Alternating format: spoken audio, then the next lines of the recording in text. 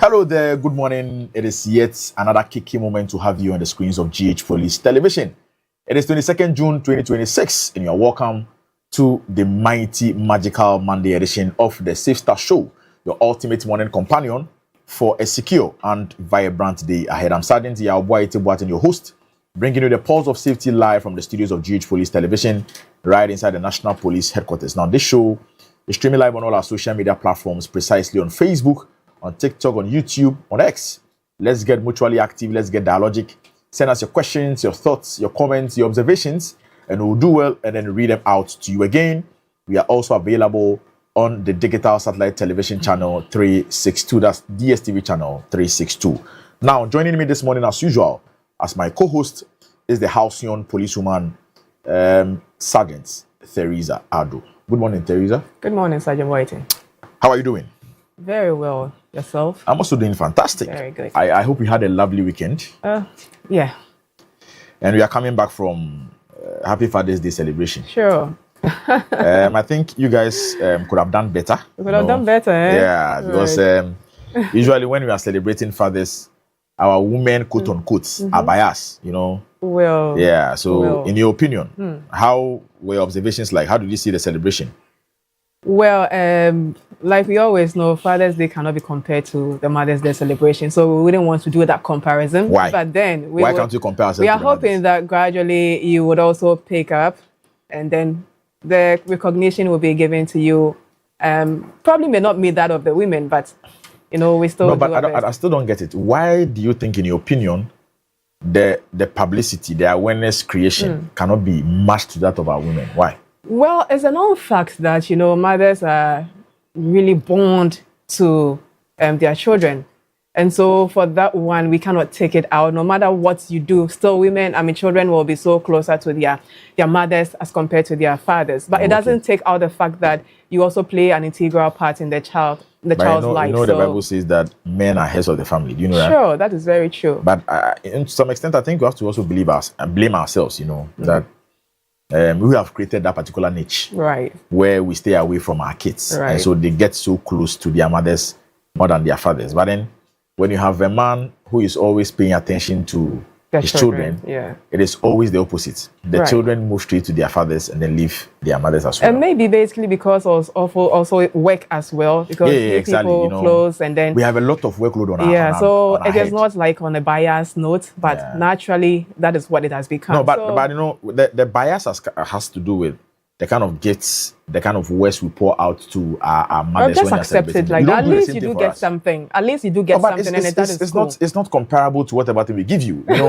also deserve the fuel cards. We also deserve the hampers and all of that. You don't go on your social status, Happy Father's Day, finish, and that's all.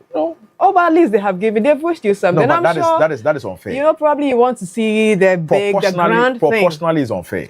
But of course, you cannot expect to, match up with women all the time.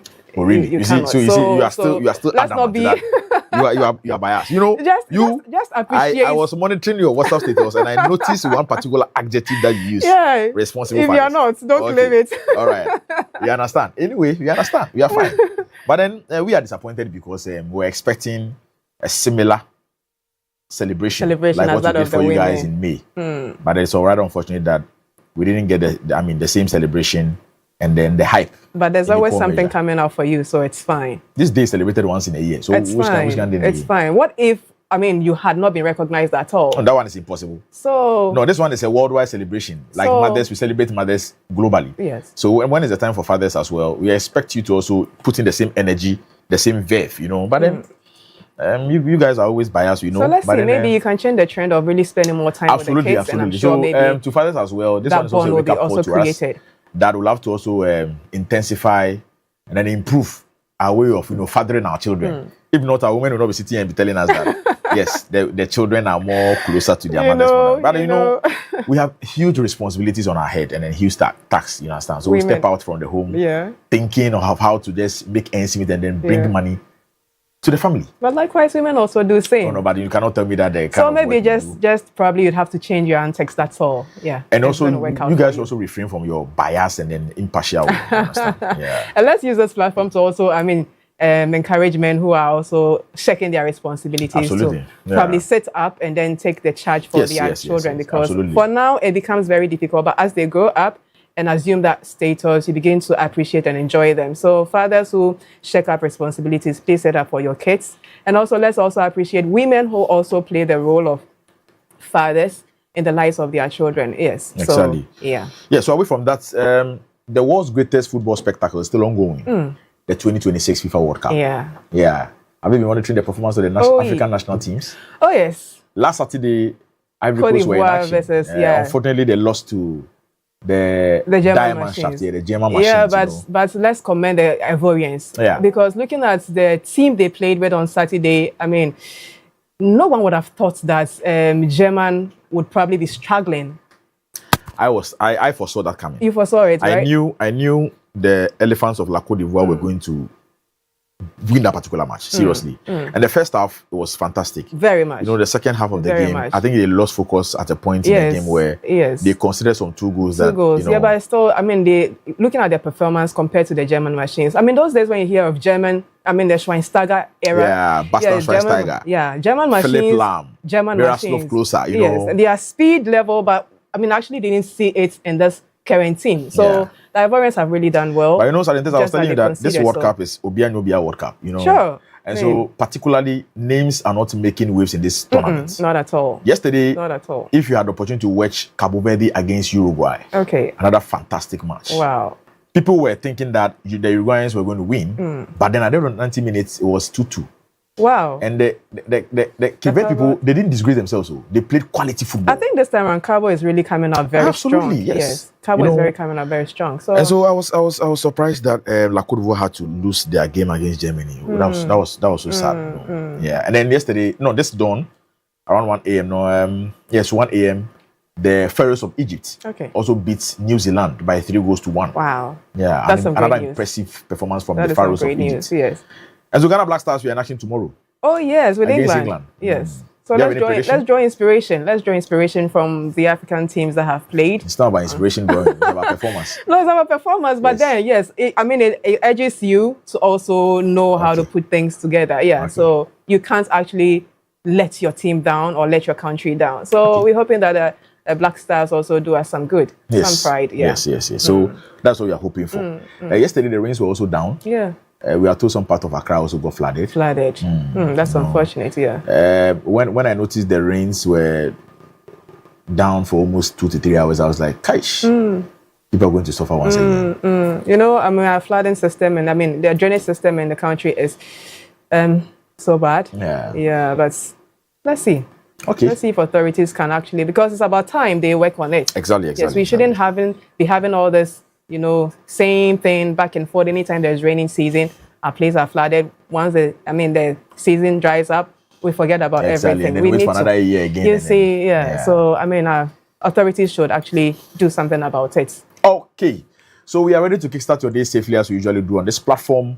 We'll be starting off with our traffic updates. So whether you are thinking of moving out from your home because you are anticipating heavy vehicular traffic on your stretch to your respective destinations, or you are even planning your weekend from today, we've got you covered. My brother, Sergeant Tusi Ibrahima, will be joining us very soon after he earlier visited a particular spot this morning to bring us what is transpiring when it comes to the vehicular movement and all of that. Police officers who belong to the Motor Traffic and Transport Department have been deployed and they are controlling and managing traffic across the length and breadth of this country. And so we'll start off with our traffic updates, where my colleague will be joining us to give us a pictorial view of what is really happening this morning. We'll get in with police today, where police-related stories that are shaping our communities coming from the previous 24 hours will be served to you. Our colleagues in the office are already seated with us in the studios. They're going to do us that particular service. We'll also be moving straight to the police hospital when it's time for your essential health tips, where our medical experts, who are always on the standby to provide us with a comprehensive presentation on a particular medical subject that is so critical to your health development as a human being. And then with our big conversation today, Salintes, we are having the regional director and the deputy regional director of the National Commission for Civic Education, Greater Accra to be precise. Right. Yes, they are here to tell us about what they do. When we were growing up, usually when it is getting to elections, that is where you hear About them. people moving around with vehicles and then telling us what you're supposed to do. Right. When you get to the polling station, you're not supposed to wear any party designed or political party Pamphlenias. exactly Yeah. shirts any other kind, Yeah. just to go and vote, or you bring out your phone to take a picture That's of your true. vote and all of that. That's true. Those were seen to be the responsibilities of the National Commission for Civic Education. Right. But then they are telling us that they do more. Okay. Their sole mandate is to educate and encourage Ghanaian citizens, to defend the constitution All right. against all forms of abuse Sure. and violation. Sure. And so today when they come on board, they're going to tell us what they do beyond the normal Thing we know about. exactly going around to tell people that they should go and vote usually during election Yeah, years. right, Yeah. So we'll have them join us later on the show. And then with the birthday celebrations, police officers, their loved ones, our brothers, our colleagues from sister state security agencies who are celebrating their birthdays still in the month of June will take time, share in their incredible journey. And then the World Cup, as we all know, is still ongoing. Ghana Black Stars, we are in action tomorrow against the Three Lions of England. 8 p.m. is kickoff. We'll have a brief discussion and then some predictions as well. Earlier before, when we played against Panama, some police officers made some predictions, but then unfortunately it didn't come into fruition. It was a narrow win by the Black Stars. This one, we'll see whether they still have the vim to give us some prediction against England, especially when England has won their first game against the Croatians by beating them by 4-2. Wow. If you are not scored by this, if you are not scared by the scoreline, then we're ready to receive your predictions as well. Right. Exactly. All right. So we are going for our first break on the show. When we resume, we'll keep up the momentum. Remember that a safe start leads to a great day. Stay on. We'll be right back.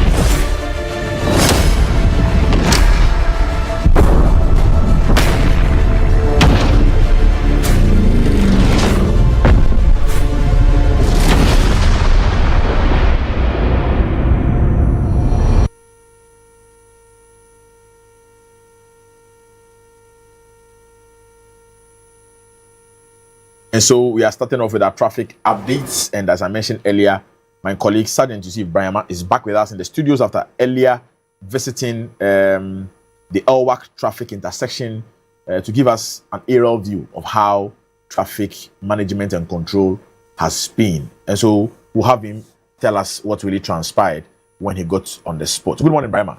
Good morning, big man. How are you doing, bro? I'm doing well, thank you. How about you? I'm also doing fantastically great. All right. You're back from the weekend. Of course. Yeah, the weekend just passed so quickly. Charlie. I think there was no Saturday or Sunday, Especially, because of yesterday's rain. So the Sunday was exactly, just eliminated from the weekends. You couldn't go out, you couldn't Charlie. do anything, Yeah, no. Only for us to realize that we had some few hours to sleep and then wake up for another. And it is Monday. I Charlie. tell you. It is war. It is war. But this Father's Day thing that Tess was struggling to defend. Exactly, Brightman. You see, this life, Struggling to they say defend. that what is good for the goose is equally good. For the gander. You understand? Exactly, You're not struggling you to see- defend. you see how they are able to try to Yeah, no. You see, no matter qualify what you do. the celebration of fathers by saying that responsible. Well, When you it gets see- to Mother's Day, you see we don't some- tell them that they are responsible mothers. Can you imagine? Exactly. When we are wasting Mother's Day, we don't say we Mother's Day holistically to go out and tell them responsible that, mothers. oh, I Mother's just Day, say we that all celebrate mothers you are for sacrifice and all responsible. of that. But then when it gets to the turn of fathers, Then they want they to. are very particular. You and understand? careful to use the word Even- responsible. Even they are selective. Right. Exactly. Right. And You that is see- so biased, you That's know- what I'm saying. Yeah, you're not. Just have to sit up and that's Someone was saying that when you ask a man why he's struggling in life, you will say that, oh, he's working because of his wife. Exactly. And children. Yes. But when you ask a woman Yeah. why she's working, she will tell you that she's working because of her children. Exactly. And then So all the time they're expecting the men to die. So we are always Leaving on them the and then the children. No, Otherwise, separate why from would the that man say angle. that he's working for you and the children? And then And you will say those that you are always working for your children, Exactly. not your man. Yeah. You see? No wonder men are dying more than women. Don't interpret it from that angle. Oh my dear, that is come on. This is sad reality. That is sad reality. We can. That is sad We reality. can. It should start from you. So yes. so then you probably have to sit up and also do something We are- different. Oh We my are dear, we are already sitting up. We are You sitting up. Let's pray. Very soon we will get to you in that height. see, don't worry. I mean, we will start doing our own celebrations. I mean, if we will not wait for you to celebrate us. Absolutely. Since we know that you are biased. Yes. In fact, even if the man should give the woman money to give to the child, Yeah. the mother will tell the child that, "Hey, oh papa, wa mommy should we me abi bottom there." Meanwhile, Meanwhile, she it's has coming from received the money man. from the father. Of course. Hmm. You I see, think Brahma will also have to change our narrative and our methodology. you understand? Yeah. If we're going forward, in fact, if the old fathers didn't, We'll find a have way to to know solve exactly, it. We, the yeah. current fathers, Yes. we no go Have to do agree. something We no about go it. agree. We no go agree because this bias cannot continue. So personally, if you are giving out money to our kids, I'll make sure we'll I call hand them it over and in person. Exactly. Yes. That is giving you this amount Of course. It's not coming from your mother. It's In coming fact, from it will get to a time we'll send it to them via Momo. By We don't Momo. even give us a cash so that you don't go and say that it's I coming think from that you. would help out for you guys. We'll have the guitar receipt.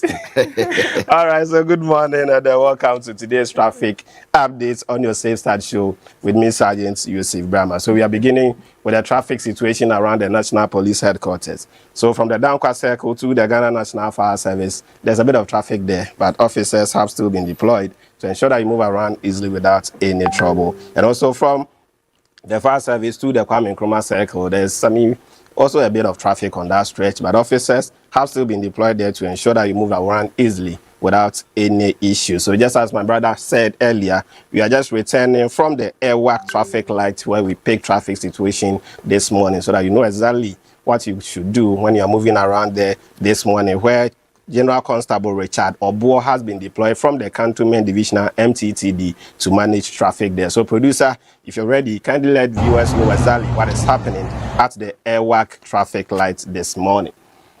So this is the traffic situation at the Airwalk intersection where an officer has been deployed from the Cantonment Divisional MTTD to manage the traffic there. So the traffic on your stretch is the one coming from the Burma camp direction. So you are moving. If you're moving from that direction this morning, please know that there's a bit of traffic there, just as you can see. But then just after you get your way through it and get to the Airwalk traffic light, you'll be able to find your way through easily. But the only issue is with you getting to the Airwalk traffic light. But an officer has still been deployed there to manage the traffic manually, ignoring the indication on the traffic light. As you can see on your screen, General Constable Richard Obuo from the Cantonment Divisional MTTD has been deployed there to manage the traffic manually. And also the traffic coming from the airport is also a bit heavy. But then, because the officer is there, he can easily pull you through the traffic, just as you can see coming all the way from the airport through the Ministry of Defense and all those areas. He'll be able to pull you through without any trouble. And also coming from the switchback as well, the officer is there to manage the traffic there. The current traffic situation on your screen is the traffic coming from the 37 roundabout. Just as you can see, it is flowing easily from that direction of the road as well, so you wouldn't have any trouble. And this one is the one coming from the post office and then the switchback road as well. There's free flow of traffic from that direction as well, so you'll be able to find your way through easily if you are moving from the switchback road and then you want to make your way to the Airwalk traffic light, whether you're going to the airport or you're turning on your right to the Burma camp or you are going left to 37 roundabout as well. And also, just as you can see, from Airwalk towards 37, there's free flow of traffic. So if you are moving towards the 37 roundabout, you'll be able to find your way easily this morning without any major issue there. That is also the traffic situation from that particular section of the road. And also from the Airwalk traffic light to airports, as you can see on your stretch, is a free flow of traffic also to that particular section of the road. So if you're in a hurry to catch a flight, don't worry. Just after you move through the Airwalk traffic light, to be able to find your way easily without any trouble at all. And also from the Airwalk traffic light to the switchback road, whether you're going to the DVLA head office or you're finding a way to the National Police Headquarters or anywhere around the presidency, just as you can see, there's free flow of traffic from that particular section of the road as well.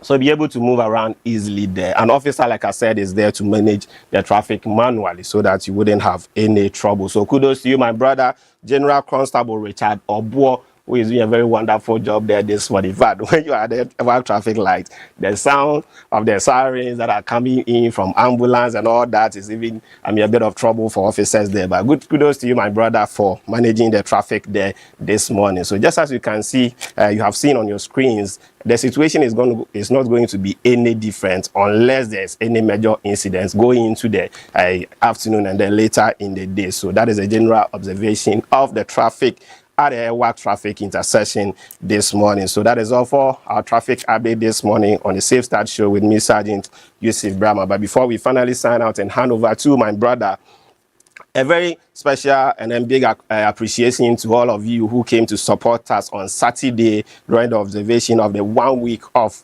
the late wife of our brother, Inspector Solomon Ban. So from the Ban family of Asante Achim Bompata, and then also the Opoku family of Atibie Kwao, as well as the Central MTTD Command, headed by DCOP Mr. Alex Wawolo. We want to say a very big thank you for all well wishers and sympathizers who came to support us during the 1 week observation of the late Emilia Ban Opoku, who is the wife of Inspector Solomon Ban, and also the late Michael Opoku, who happens to be the brother-in-law of our own brother, Inspector Solomon Ban, and also to their grandchild, Obrimpon Nyantechi Kojo Ban, who is also the son of Inspector Solomon Ban. Thank you very much for coming through to support us on Saturday during the 1 week observation at the local park in Sukura. And also be reminded that the final funeral rites and then the burial service would happen on Saturday, 18th July at the Dansuman Ebenezer Presby. Just as you came in to support us on Saturday, we are kindly urging you to also pass through and then support us so that we bid our lovely wife and then brother-in-law as well as our son a very final farewell so that we'll be able to put everything to rest. This kind appreciation is kindly brought to you by the special courtesy of DCOP Mr. Alex Wawolo, who is the commanding officer of the Accra Central MTTD, and also DSP Madam Monica, as well as ASP Mr. Jibril, ASP Mr. Ahuma, ASP Mr. IB Opoku, and then Chief Inspector Paul Ajay, who is the station officer of the Accra Central MTTD. So to our brother Inspector Solomon Ban, we are still with you.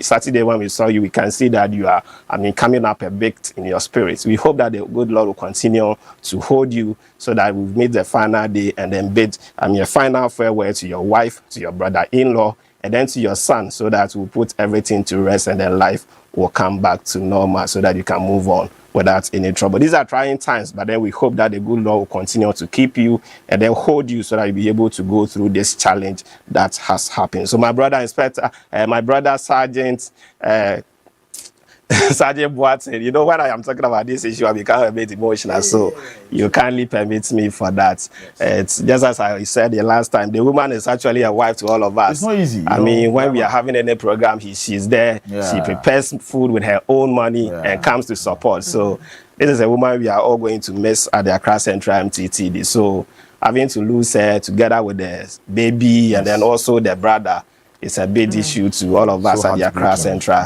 MTTD. So over to you, my brother, Sergeant Yaboete Boateng and the rest of the team. Tomorrow is going to be Black Stars again. England, yes. What are you expecting? With this match, I think I'll prefer to remain anonymous. Silent. Anonymous predictor. Yes, I'm going to predict anonymous. Against the you see, I was quite optimistic that you're going to win. Only that I was unable to give any. But that's why you are not sure. This one, you are not too sure. I'm not even sure I'm going to win.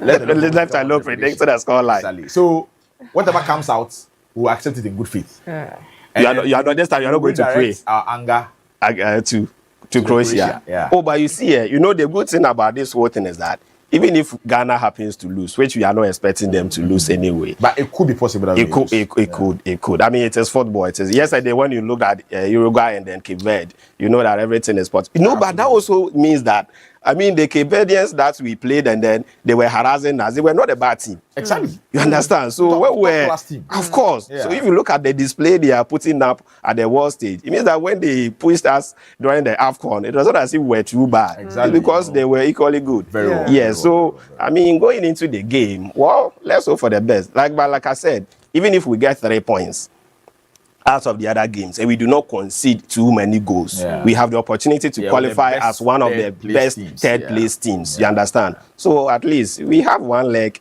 in the other stage. So let's But Brian, I don't think the Black Stars will have it so difficult when Getting 4 they play points. exactly to even get a draw against England. Of course, of England, course. England, their team, they are beatable. Of course, Yes, of course. but then, Every team is beatable. You know, but you see, we are quite afraid. We are quite scared. Of because course, for that. the first half performance against Panama. We are hoping that if things can change Come on, brother. Yeah. in this game tomorrow, Yeah. then why not? If that first half performance against Panama was against we would England, have considered like 5 goals. we would have sent them baskets. Exactly.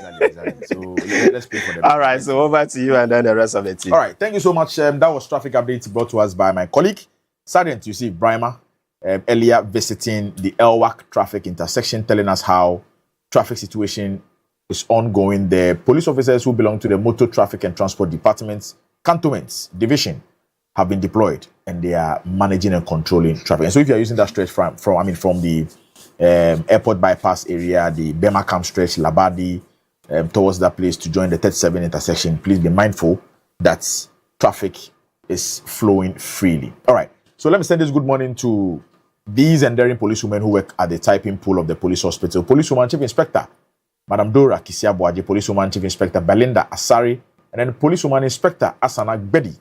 All of you work at the typing pool at the police hospital. Good morning to you.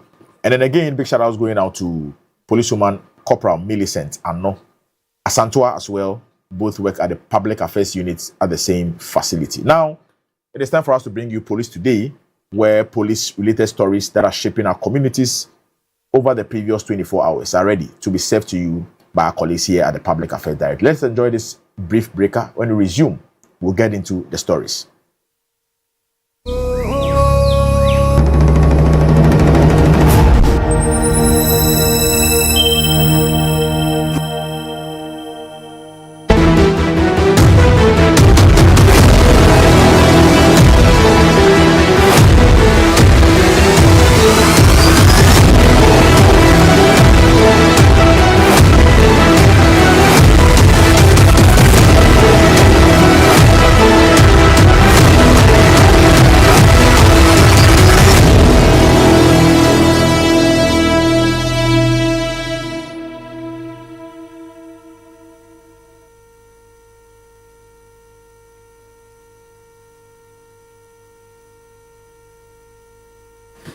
Welcome back from that quick breather. If you just joined us, you are watching Safe Start, your most informative morning segment here on GH Police TV. We are streaming live on DSTV channel 362 and also live on all our social media platforms. Get interactive with us and share your messages with us. We'll do well to share them with the rest of the world and also get you answers to the mind-boggling questions here on our show. Our WhatsApp line is 0246 226064. Do send your messages through them as well. It is time to bring you updates on police-related stories shaping our communities over the last 48 hours. And seated in the studios to do that with me are Police Sergeants Kwesi Teria and Constable Mabel Brown. Good morning, officers. Good morning. How are we doing? Good. Very well. The week has started again. How was your weekend? I enjoyed my weekend very well. Right. The rainy season is one of my favorite seasons. Oh. So, yes, I enjoyed it. Yesterday it rained all day. I was at home. I relaxed a lot. see. So, yeah. So, I enjoyed my weekend. Rainy season of people are really, running out for it. That is your I favorite. like the rainy season. I Oh. like it a lot. I see. Sergeant Teria. Jemaniso. Sadi boy take kana ohwe dwuma dia nanka ye wo memene dane ne kwasi ada na ensuo no e kan ni nyina hye ama adaje ama mu kakra na nso kakra betumi no nyame boa ya ma yetimi ye. Right. As usual, we have made some grounds. There were some disturbing stories over the weekend. Please, if you have details with that, share us. Yeah. So the headlines: 6 arrested in connection with Kwabenya shooting incident. The Tema Regional Police Command has busted 2 sets of robbery gangs involved in breaking into warehouses, and also the IGP Special Operations Support Team deployed to Nkwanta following recent attacks. Now the details. 6 arrested in connection with Kwabenya shooting incident. The Ghana Police Service has arrested 6 private guards in connection with the shooting incident involving Honorable Sarah Adjoa Safo, which occurred at Kwabenya on 21st June 2026. Subsequently, a search conducted has led to the retrieval of 5 pump-action guns, 1 Taurus pistol loaded with 7 rounds of 9mm ammunition, an additional magazine loaded with 5 rounds of 9mm ammunition, and communication equipment. Preliminary investigations indicate that police personnel from the National Operations Directorate and the Intelligence Directorate, who were on special duty, received a distress call from a resident at Kwabenya and proceeded to the scene. Upon arrival, it was established that ceremony was being held at the residence of Mr. Tamaklo Safo Jehoshaphat, alias Akofina, who, when Honorable Adjoa Safo reportedly arrived and requested access to the premises but was denied entry. Police investigations further revealed that armed security personnel at the residence allegedly discharged firearms during the incident, resulting in the injury of Honorable Adjoa Safo. Her vehicle was also found with multiple gunshot marks. The suspects and exhibits have been transferred to the Ghana Police Service headquarters to assist ongoing investigations. Investigations are ongoing to locate and arrest all persons connected with the incident. Ghana Prosi adwumakuo no achire awemfo anase ankrankra bambofo ensia efa etututuo bia ekoso ewo Kwabenya ye nua ba anase ye maame onmonyamfo Sarah Adjoa Safo nso efa ne ho bie ehwehwemu a woye no enam so ma Prosi nya pump action etuo no enum Faros etutia no baako ana etua boba nso ehyemu ana fenso nya magazine foforo baako a etua boba enum nso ehyem ene nkitahode mfidie ahodo a na eka ho ehwehwemu edikan no ekire se Prosi wo free National Operations Directorate ene nimdie mu ehwehwemufo ana wodi dwumatitiro bi enya ahokyere bremu ofre efri ankrankra bi enchen ema Kwabenya na okoduru ho no ohunu se na woye afahye bi ewo owura Tamaklo Safo Jehoshaphat a wofre no se akofra no efie sabre no na onumnyamfo Sarah Adjoa Safo nso ebeduru ho a na osre kwan de awure efie no mo nanso wamma no eho ekwan Prosi hwehwemu no enso ekire se awemfo a wokurakura akode a na owo efie no mo no eto atuo ewo saa ensem no emu na ema onumnyamfo Sarah Adjoa Safo enya epra ewo mu ohunu nso se etuo atuachie ne kala na hyenya na otimu no atwa ho ahia wode nipa a wɔkyere wɔn no ene eniama a wagye no akɔ Prosi atena yekesie mu ɛwɔ nkraya ebra hwehwemu guso a ekoso Prosi guso hwehwe nipa foforo a wɔka ho na wode wɔn nyina akɔgyina emranim. In other developments, the IGP Special Operations Support Team deployed to Nkwanta following recent attacks. Following the recent attacks in Nkwanta South Municipality, which resulted in the loss of lives and injuries to several persons, the Ghana Police Service has intensified security measures to restore calm and ensure public safety. On 20th June 2026, the Inspector General of Police deployed a Special Operations Support Team from the National Police Headquarters, Accra, to Nkwanta to reinforce security and support efforts to maintain law and order while investigations continue. Residents are assured of the continued presence and vigilance of the security agencies. The public is urged to remain calm, cooperate with security personnel, and provide credible information that may assist all ongoing investigations. The Ghana Police Service remains committed to protecting lives and property and ensuring peace within the municipality. Enam basabasa ya amana moso ewo Nkwanta atoya manta no mu nansei a edi owuo ni opra ebaaye no enti Ghana Prosi adwumakuo no nso ama na home so ewon hyehyeye a waye ama emu aye den se ne be ya bambo ne asumdue bekoso atena ewo enkwanta mantam no emu wo aya ho mobobo so me ne da etoso aduenu wo mfiempe mienu ne aduenu nsia no emu no Prosi sahene yewura Christian tetayo no esoma adwumakuo titiro efri Prosi adwumakuo no atena yekese mu a wo enkran se onko nkwanta na onko boa ahobambo adwuma no na onhwe ema emra ne asumdue enkoso bra hwehwemu gu so a ekoso ewo nkwanta mantam no emu wa mankwantafo erehwemu se ahobambo adwumayefo no ebekoso atena ho na odi wondwuma yie wosre omanfo se onye kom wani ahobambofo emom nya dwuma na wonfa nsempa ebeboa amanhwehwemu krogyen akoso a ebeboa masumdue aba no onfa ma Prosifo Ghana Prosi adwumakuo no sansusu biem se ebekoso abo ankwa ene agapade eho ban tomanfo nyina enya abotre ema won bra ahobambo mu hyehyeye eguso koso wankwanta ene ne potemu no. And finally, the Tema Regional Police Command has busted 2 sets of armed robbery gangs involved in breaking into warehouses. The Tema Regional Police Command has arrested 6 suspects in connection with 2 separate robbery incidents involving the theft of fertilizers and food products from warehouses at Pong and Tema Community 1 in May and June 2026, respectively. Investigations established that on 25th May 2026, a group of armed men attacked a security guard at a fertilizer warehouse at Pong and stole 751 bags of organic fertilizers valued at 431,825 Ghana cedis.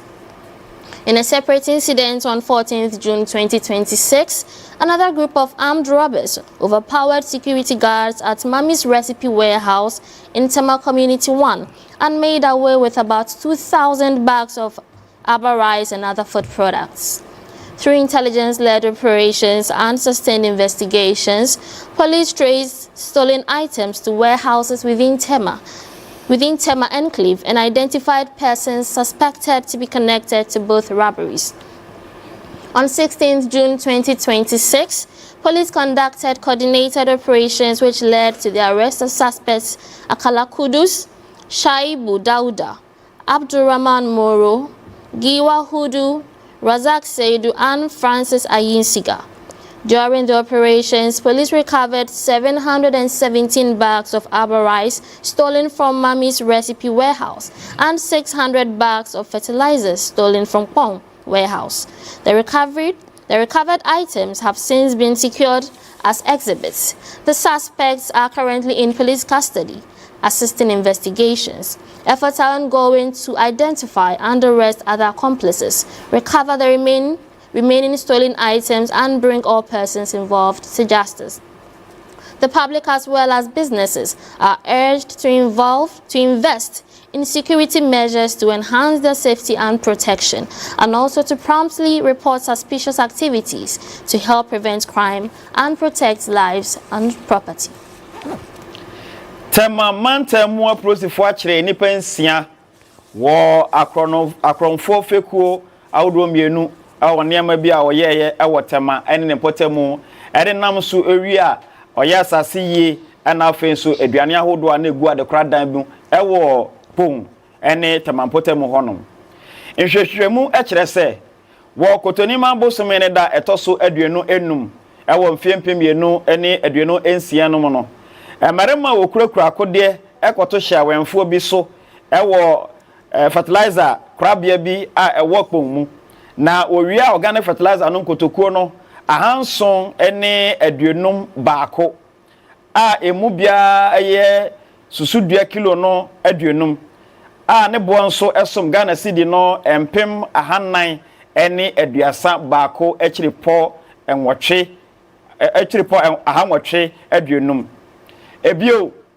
wo ayon ho mobobo seme ne da etoso du 9 ewo mfiempem yenu ne aduonu nsia no amu no akronfo foforo ekɔhye awemfo a wo Mommy's Recipe biaya okra emo wade kra dem ewo Tema Community 1 ena ɛhɔ nso owi a emo a wo frɛ ne sɛ Aba eno nso nkotokuo no be se empem mienu ɛne aduane ahodoɔ bebree nso ɛde ka ho ɛnam nimdie a prosefo ɛyɛ adwuma ɛne hwehwɛmu a emu ɛden no so ɛma wo hunu baabi a wɔde nneɛma no a owiaeɛ no ekosieyɛ ɛwɔ tɛmampɔtɛmu hɔ ɛna afei nso wo hunu enipa a osusu sɛ wɔwɔ saa akɔnɔbɔ no wɔnim ho bie wɔ ayɛ ho mɔbɔbɔ so me ne da ɛtɔ so edunsia ɛwɔ mfempem mienu ɛne aduonu ensia mu no prosi yɛ adwuma kɛseɛ bi a ɛma wɔkyerɛ Akala Kudus Shaibu Dauda Raman Moro Giya Hudu Razak Seidu ene Francis Ayinsagba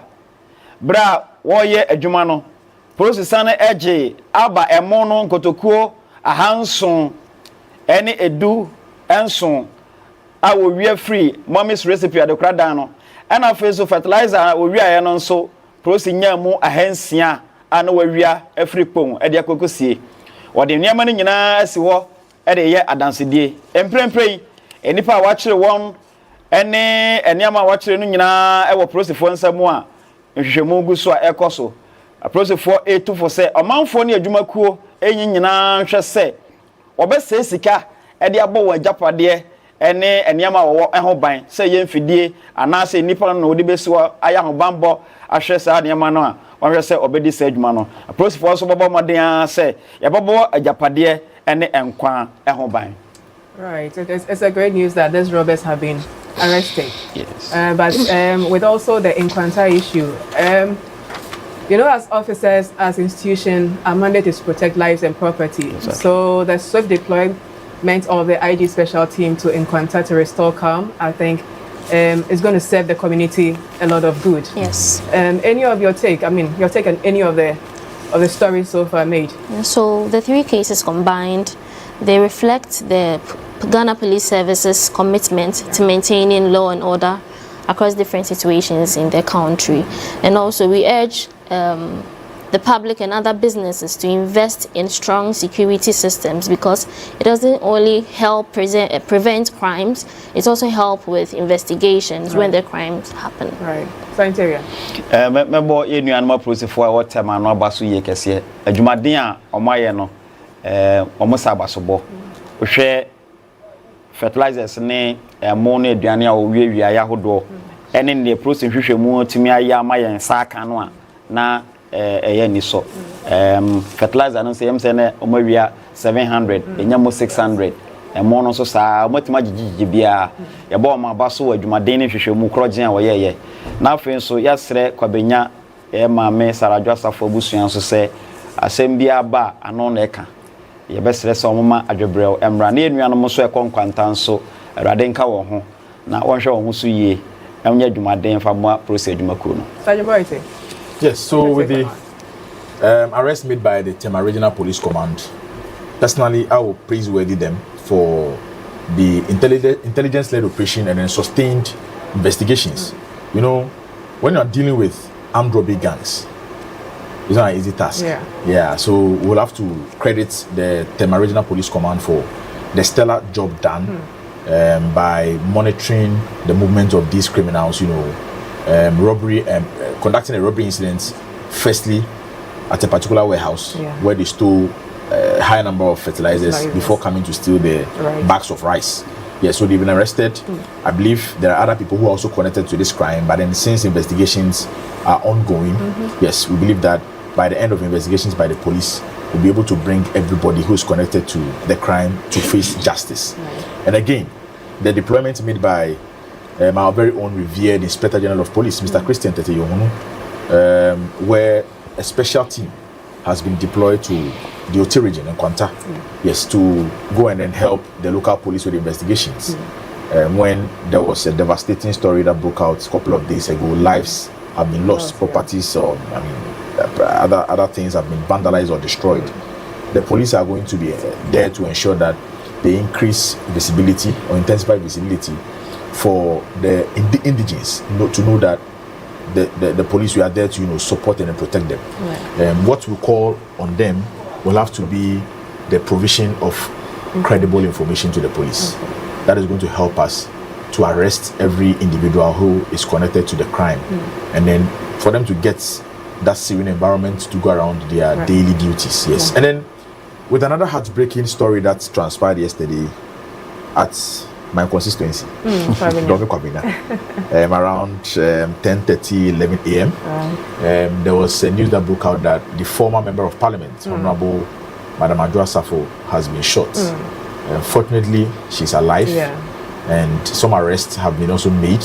Yes, so those who are in custody, we believe they're going to assist with the investigations, but then certainly you cannot take the law into your hands and expect to go scot-free. We, the police, we are there, will come at you, regardless of whatever thing that transpired, whether there was a meeting, someone was denied entry and all of that. You cannot pick a firearm and then discharge it, with the intention of killing someone. Yeah, so we hope that the most important thing is that she is alive, and I believe she's responding to treatment at the moment. But for those who have been arrested, we believe that if they are found culpable, they will be made to face justice. That is what the Ghana Police Service exists to do.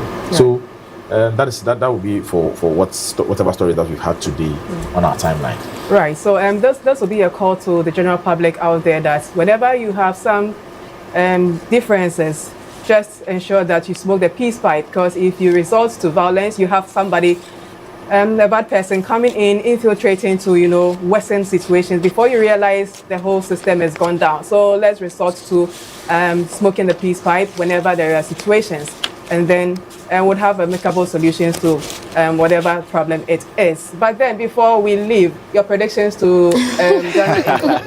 Obama, Sergeant Boy, yes, we need to have that. Yes, so because- that we, all right. We are catching we need to 2-1 hours. Na me hwe kwan se ye benye adwumaden atima we ne 2-1 naturally, because na me person can you starting no on that note and ka de be ka no be ye mra ma yende but ankoba ne sa Panama team no omo ho den England dey say ne Sergeant Boy take kan on dey enum dada nti ye be sere se boys no any coaches ni nyina anya adwumaden no dem fa we na mre this time they make committee England ye minim so mo den Panama de na minim zi betima hye wo na goals dodo no ana yen sanka de ne ye pe dem England de omo nye bayira brewadwo sa nti e bo mpa ye se nyame mo ayen ya hye wo mo a ye mo draw. Right, because overall I still do not want to predict. Okay. Yeah, I saw a video of the Englishmen training yesterday. I saw it on TikTok and I was a big stunned. Okay. I was wondering whether they are training for a war or something. So I don't want to predict today. Let's wait for tomorrow. So you waiting? Yes, but me for myself, yes, I've always been adamant with my stance on this particular match. I cannot give any specific prediction when it comes to the scoreline. And personally, I am not optimistic we are going to beat the Three Lions of England. If we pick a win, I'll be surprised. Because unless, of course, the Black Stars demonstrates an extraordinary performance, which will be way off what we experienced against the Panamanians. But then, if they are to replicate the same performance against Panama, then we'll drink goose. Right, so but I would want to stake my neck out for 2-1. In favor for Ghana. Yes, anything is possible. Absolutely. We shouldn't be scared about what's Why give me seats? But it doesn't mean that the English team, they are not beatable. They are beatable. Yes, but I'm saying that coming from the background of the match we played against Panama, you wouldn't want to stake your... Exactly. The first half performance was shambolic. Right, so 2-1 for me. So to our men, please, sit up and... Do you have any specific reason player or players scoring those 2 goals? Wouldn't point any hand on anybody, but what I want is we have a 2 goal. Oh, okay, then that's fine. So that's 2 goals. So right, so viewers, take and stay. We'll be back after this short breather.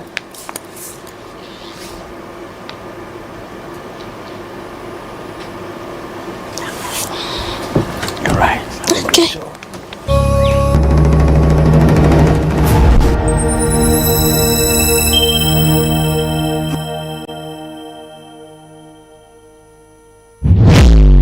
Are you aware an invisible eye is watching you?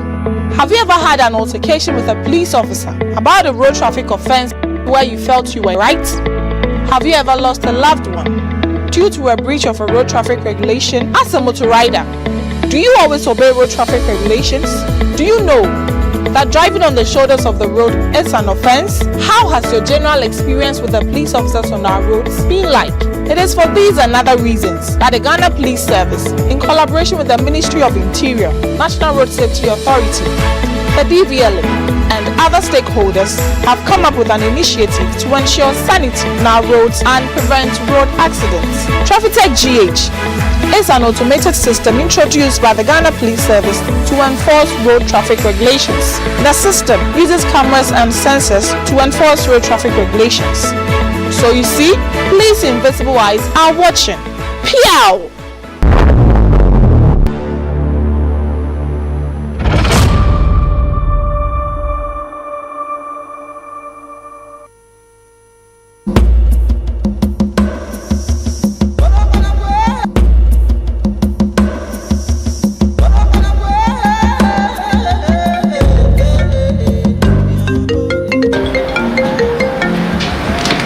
Hello.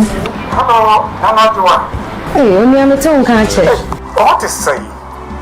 Namia do more, but on away. I know a mega yo-yo with schoolmate. What's home, can't you?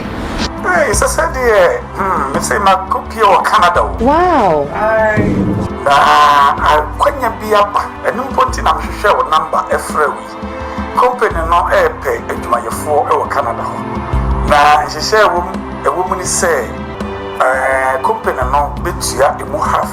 Now pay man switch you half. Scanning 80,000 and no sana at Mama, Madame Fubio could be Canada. Nana Boga. What's up when you're about a good year to man say, Miss Whitney free Ghana, about the come more Canada. Oh, no say, no one in the say, company no. I'm moving to your sick, I'm moving to your half, I'm just make to your half. Into me, I'm not going home. Nana, you want to the other. Say, in Papa Phobia or Maba.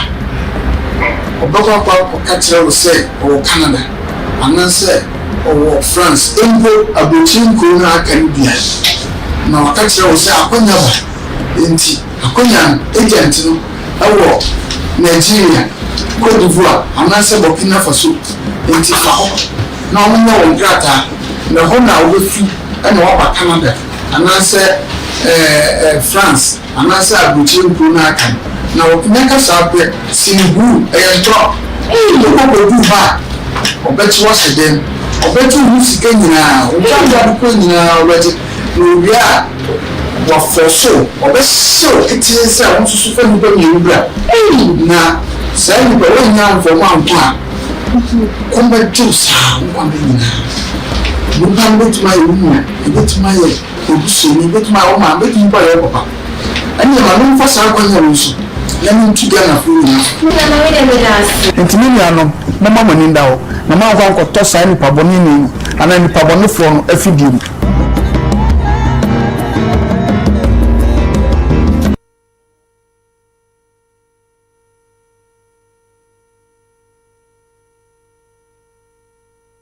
Right, thanks for staying with us from that break, and we welcome back. It is still the Safe Start Show on GH Police Television. This is where you stay informed, you stay ahead, you stay safe. And so we are ready to bring you your essential health tips. And so we are moving straight to the police hospital where the Raleigh DSP, Madam Theodora Intriwa, who is the head of the physiotherapy units at the police hospital, is ready to give us a presentation on Erb's palsy. Let's enjoy this. We'll be right back.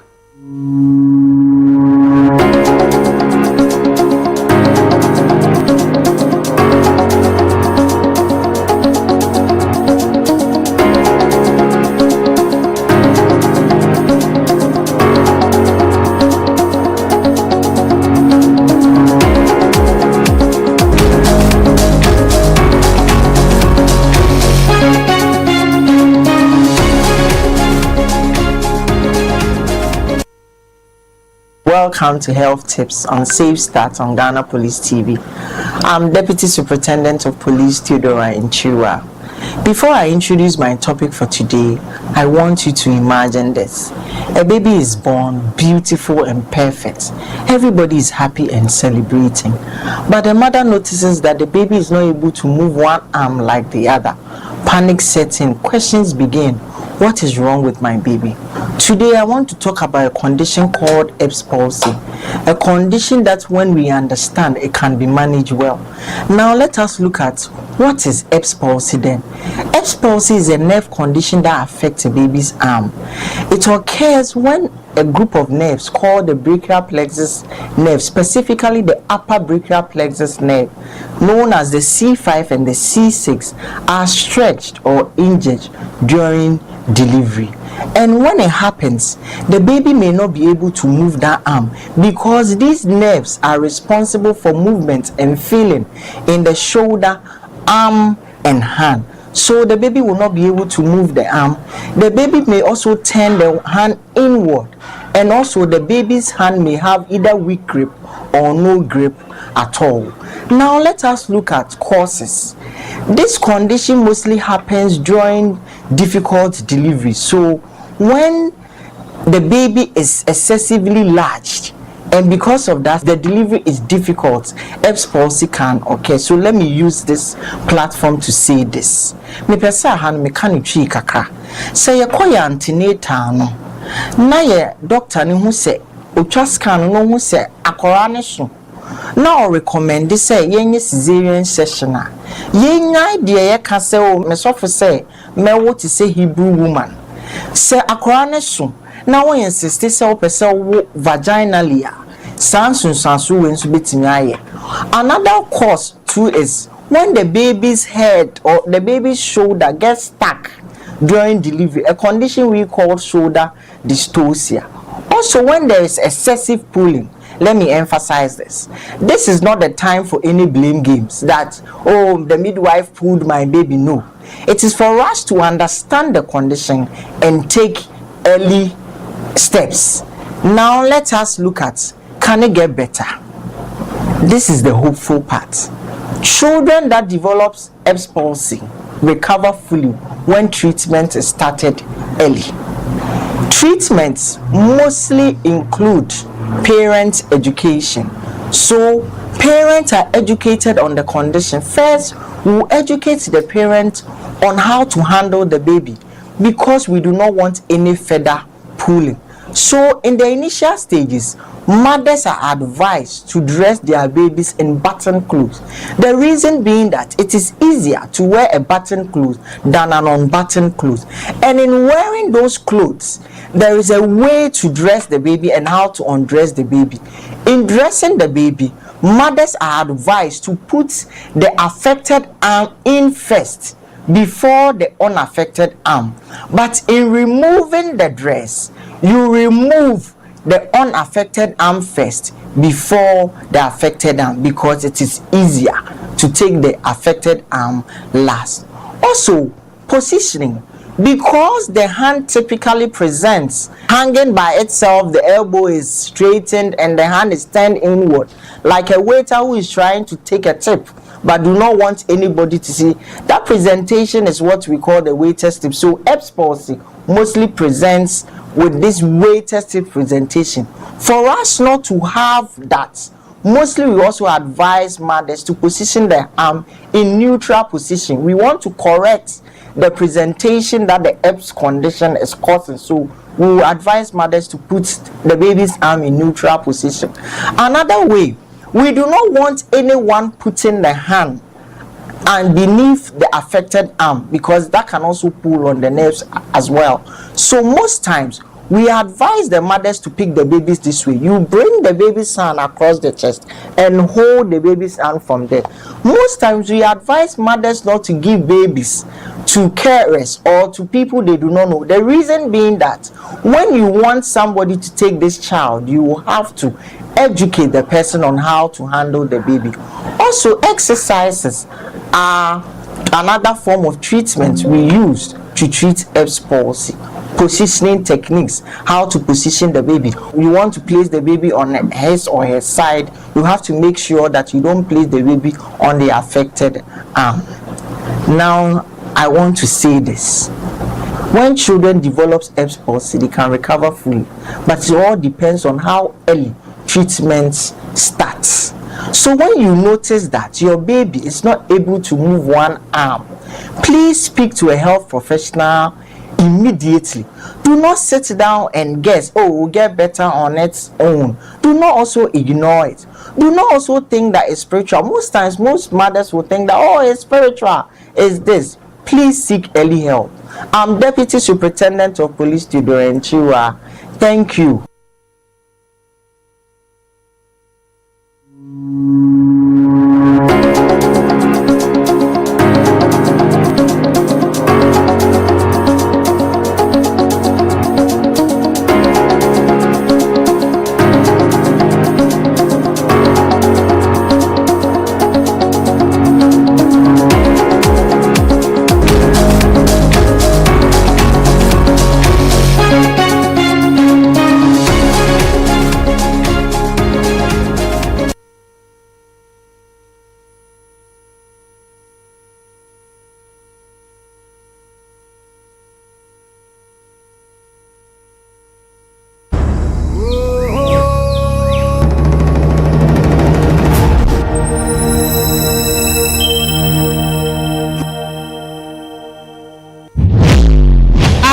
An invisible eye is watching you. Have you ever had an altercation with a police officer about a road traffic offense where you felt you were right? Have you ever lost a loved one due to a breach of a road traffic regulation as a motor rider? Do you always obey road traffic regulations? Do you know that driving on the shoulders of the road is an offense? How has your general experience with the police officers on our roads been like? It is for these and other reasons that the Ghana Police Service, in collaboration with the Ministry of Interior, National Road Safety Authority, the DVLA, and other stakeholders, have come up with an initiative to ensure sanity on our roads and prevent road accidents. TrafficTech GH is an automated system introduced by the Ghana Police Service to enforce road traffic regulations. The system uses cameras and sensors to enforce road traffic regulations. So you see, police invisible eyes are watching. Pew!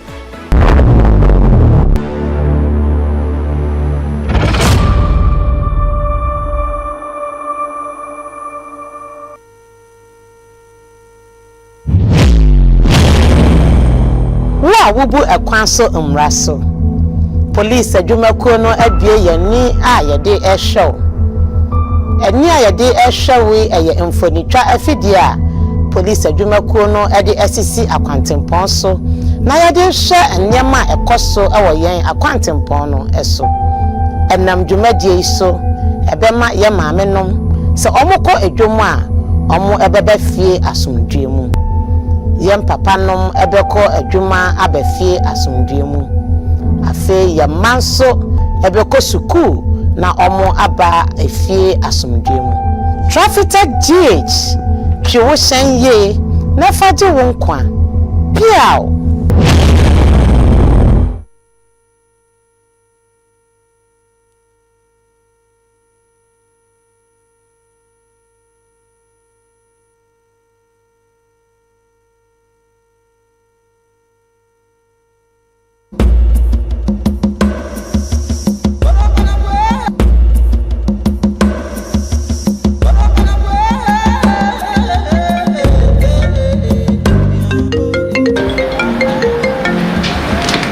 Hello.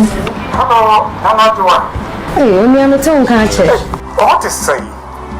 Nami adumo bokona way. Adumo, mega yo-yo. With schoolmate. What's one catcher? Hey, it's a sad year. You say my cookie or Canada. Wow. When you be up, and you put in a share number every week. Company no pay into my 4 Canada. Now, she said, a woman is say, company no bit ya imu half. Now pay man sweat you half. Scanning 80,000. And no sana at Mama, Madam Subia could get Canada. Nana name Chamaboga. What's your opinion about a good year to man say? Miss meeting your free Ghana, about the Canada Canada. Oh, no say a male when you say company no. Omubichiasika, omubichia half, not just make your half. Until you mean your mother. Nana, you want to the other. Say, in Papanufubia or Maba. Or Baba catcher will say, or Canada.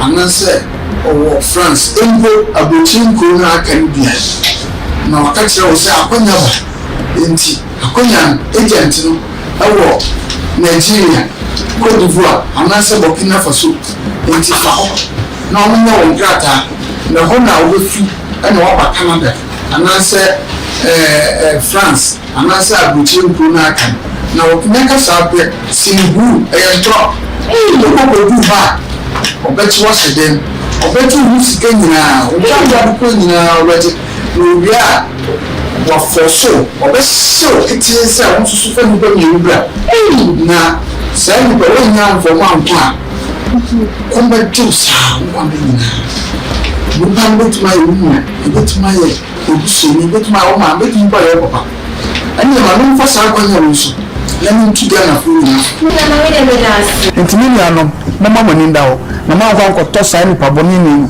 ana nipa bɔnefoɔ no afidie mu.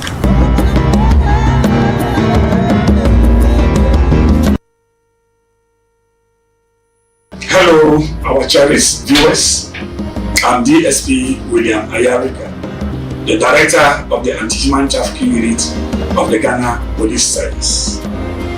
I want to take this opportunity to advise and lay Ghanaians about the modus operandi of criminal gangs using travel abroad as a means to deceive and recruit unsuspecting Ghanaians to West African neighboring countries.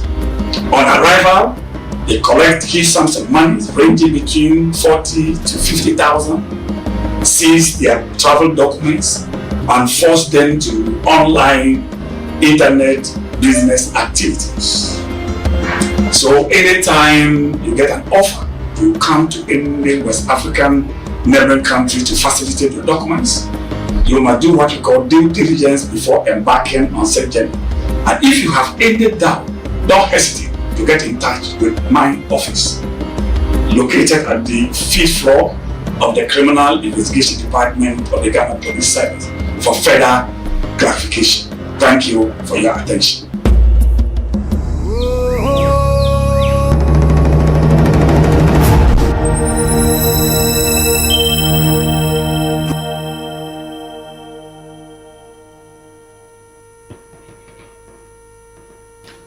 You're welcome back from that break and thanks for staying with us. It is still the Safe Start Show on GH Police Television. This is where you stay informed, you stay ahead, you stay safe. All right, folks, it's birthday time. This is where we're going to celebrate with some police officers, their loved ones, and our brothers or colleagues from the sister state security agencies who are still celebrating their birthdays in the month of June. This is where we share in their incredible journey because it is live on air. And so, production, if the projected list is ready, let's go. Right, so this one is a belated happy birthday going out to Superintendent of Police, Madam Adeline Yemofiu. You are the head of Medical Records Department of the Police Hospital. This wish is coming from Cadet Officer Bonzi Daniel Kwamina of the Police Academy and the entire staff of Medical Records Department of Police Hospital. Their message is that they are wishing you a fantastic day and a wonderful year ahead. So belated happy birthday to Superintendent of Police, Madam Adeline Yemofiu. You are the head of the Medical Records Department at the Police Hospital. Do have a fantastic week as you celebrate your birthday, madam. All right. Another happy birthday wish in advance going out to the Evergreen Station Officer at the Public Affairs Directorate, Chief Inspector, Mr. Gideon Ohene Boatin, popularly known as Stop Your Joe. This one is coming from the the Director General Public Affairs, Deputy Commissioner of Police, Madam Grace Ansa Akrofi, and the entire office here at the Public Affairs Directorate. Our message is that may God continue to guide your steps, bless your efforts, and grant you peace and joy in all you do. Your best days are still ahead. So happy birthday in advance to Chief Inspector Mr. Gideon Ohene Boatin, the Evergreen Station Officer at the Public Affairs Directorate. Do have an amazing week as you celebrate your birthday, sir. We'll be looking forward to the ritual, yes. In the office. Yeah, yes. Exactly. So, stage officer, we know what you can do. you are highly empowered, and so we'll be here to celebrate with you in a grand style. Station is resourceful. Station, you are resourceful. Yeah. Happy birthday in advance, say. All the best. All right. Another happy birthday wish going out to Inspector Isaac Kojo Yeboah, also known as Kwamina. He's with the transport unit. This message is coming from General Sergeant Yaboatin and my very own self, We are saying that may this year be a fruitful year, and may God's grace continue to locate you wherever you are. So happy birthday to you, Inspector Isaac Kojo Yeboah. You're also known as Kwamena. You are with the transport unit here at the public at the National Police Headquarters. So do have a fabulous day as you celebrate your birthday today, and enjoy. It is your day. Another happy birthday going out to Detective Policewoman Inspector Dinah. Now you are with the Tema Community 2 District Police Headquarters. This wish is coming from Inspector Samuel Sefentry of Wager Divisional Police Command, and his birthday message is that may you experience a birthday as enjoyable as your smile. So happy birthday going out to you, this gorgeous looking Detective Policewoman Inspector Dinah. Now you are stationed at the Tema Community 2 District Police Headquarters. As you celebrate your birthday today, may you have an amazing day. Do chill out. Another happy birthday going out to Policewoman Inspector Sarah Ofori Benefo. You are with the Nkoko Divisional Audit Room. This message is coming from your husband, your children, your siblings, and also from your friends Mina and Janet. Their message is that may you never lack any good thing in life, and may this new year bring you endless laughter and promotions. This one is also coming from our head of production, Chief Inspector Isaac Chumodru, and it's a happy birthday wish to Policewoman Inspector Sarah Ofori Benefo. You are with the Nkoko Divisional Audit Room. Do have an astonishing day as you celebrate your birthday today. Is that the test? Yeah, you can proceed with the other birthday wish as well. Right, thank you. We still enjoy celebrating birthdays of family, friends, and loved ones. And this is from the Okanta Men 2013 to General Sergeant Desmond Kwame Azuma. You are with the Atobic Hills Estate Police Station, Kwabenya District to be precise. And the message to you is, may this new season bring you greater heights, good health, and continued success in all your endeavors. Remain richly blessed and fulfilled in the year ahead. So happy birthday to you, General Sergeant Desmond Kwame Azuma. Chill out, stay safe as you continue to work for Mother Ghana. Still celebrating the birthdays of family, friends, colleagues. And this is going to General Constable Owusu Chumesi Desmond. You are with the National Foreign Police Unit, and it's coming from Ghana Web and all MPTS third batch. Their message to you is, I ask for God's blessings, favor, protection, prosperity, advancement in the service, and good health. And may his face shine upon you and your entire family.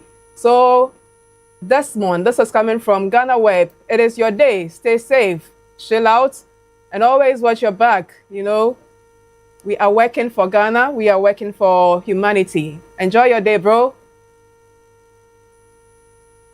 Still enjoying with friends. This is birthday in advance to Constable Vera Amankwa of Airport Police Station, Kumasi. And this is coming from Lance Corporal Isaac Ishen. His message to you is, may all your wishes and desires come true. Have an amazing year ahead. 1,001 words are insufficient to wish you the best of days today. So happy birthday in advance to you, Vera Amankwa. Stay safe, dear, as you make preparation towards that great day. So, all right. So it is still celebrating our loved ones who are always tuned in or dedicated viewers of GH Police Television live on air. These ones are projected birthday celebrants on our platform. You are entreated that there is a dedicated number on your screens. If you're a police officer, you are part of any state security agency, do well and send us your picture or your message at least a day before the day on which you'll be celebrating your birthday, and we'll take time and then share in this incredible journey. But then let me also take time and then also celebrate some loved ones who are always dedicated watching us live on GH Police Television. This one is coming from our very own station officer whom we wished a happy birthday in advance. Right. And so today happens to be the happy birthday of his son, Gideon Oheneboatin Jr. Junior. Yes, so Junior son. station officer is celebrating his birthday today. And this one is coming from your dad, Mr. Gideon Oheneboatin, Chief Inspector Station Officer. He's the senior Gideon Oheneboatin. Yeah. And he says that we are wishing you a fantastic year filled with joy and success. May this year bring you happiness, good health, and many more achievements. So happy birthday to you, my son, Gideon Oheneboatin Jr. This one is coming from your dad, Chief Inspector, Mr. Gideon Oheneboatin Senior, Station Officer here at the Public Affairs Directorate. And again, another happy birthday going out to Madam Mary Salah. You are a chef at Crystal Rose Ambassador Hotel at Ahojo in Kumasi. Happy birthday going out to you. Happy birthday going out to Akosia. God bless your kind heart with good health, prosperity, and everlasting joy. This wish is coming from policewoman Inspector Olivia Ekia Nkrampa. So happy birthday going out to you, Madam Mary Salah. You are a chef at Crystal Rose Ambassador Hotel. You know, anytime we embark on a trip to the Osei Kumashanti region, we usually lodge at Crystal Rose. And this young lady is a chef there. You know, she gives us the utmost hospitality when we get there. So since she's celebrating her birthday today, let's take time and then share in her excitement. Another happy birthday going out to Nana Brobe Jumo. You are the Chief Executive Officer of Capital View Hotels and Mosiaso Nkoswohene. We are wishing you God's abundant blessings, good health, long life, peace, and continued success. May this new year bring you even greater joy and prosperity. We love you from your daughter, Mame Frimpoma Jumo, and your beloved wife, Madam Margaret Shewa. Happy birthday, Nana. So happy birthday going out to you, Nana Brobe Jumo, Chief Executive Officer of Capital View Hotels and the Nkoswohene of Mosia. So also coming from our very own Chief Inspector Isaac Chum Odro as well.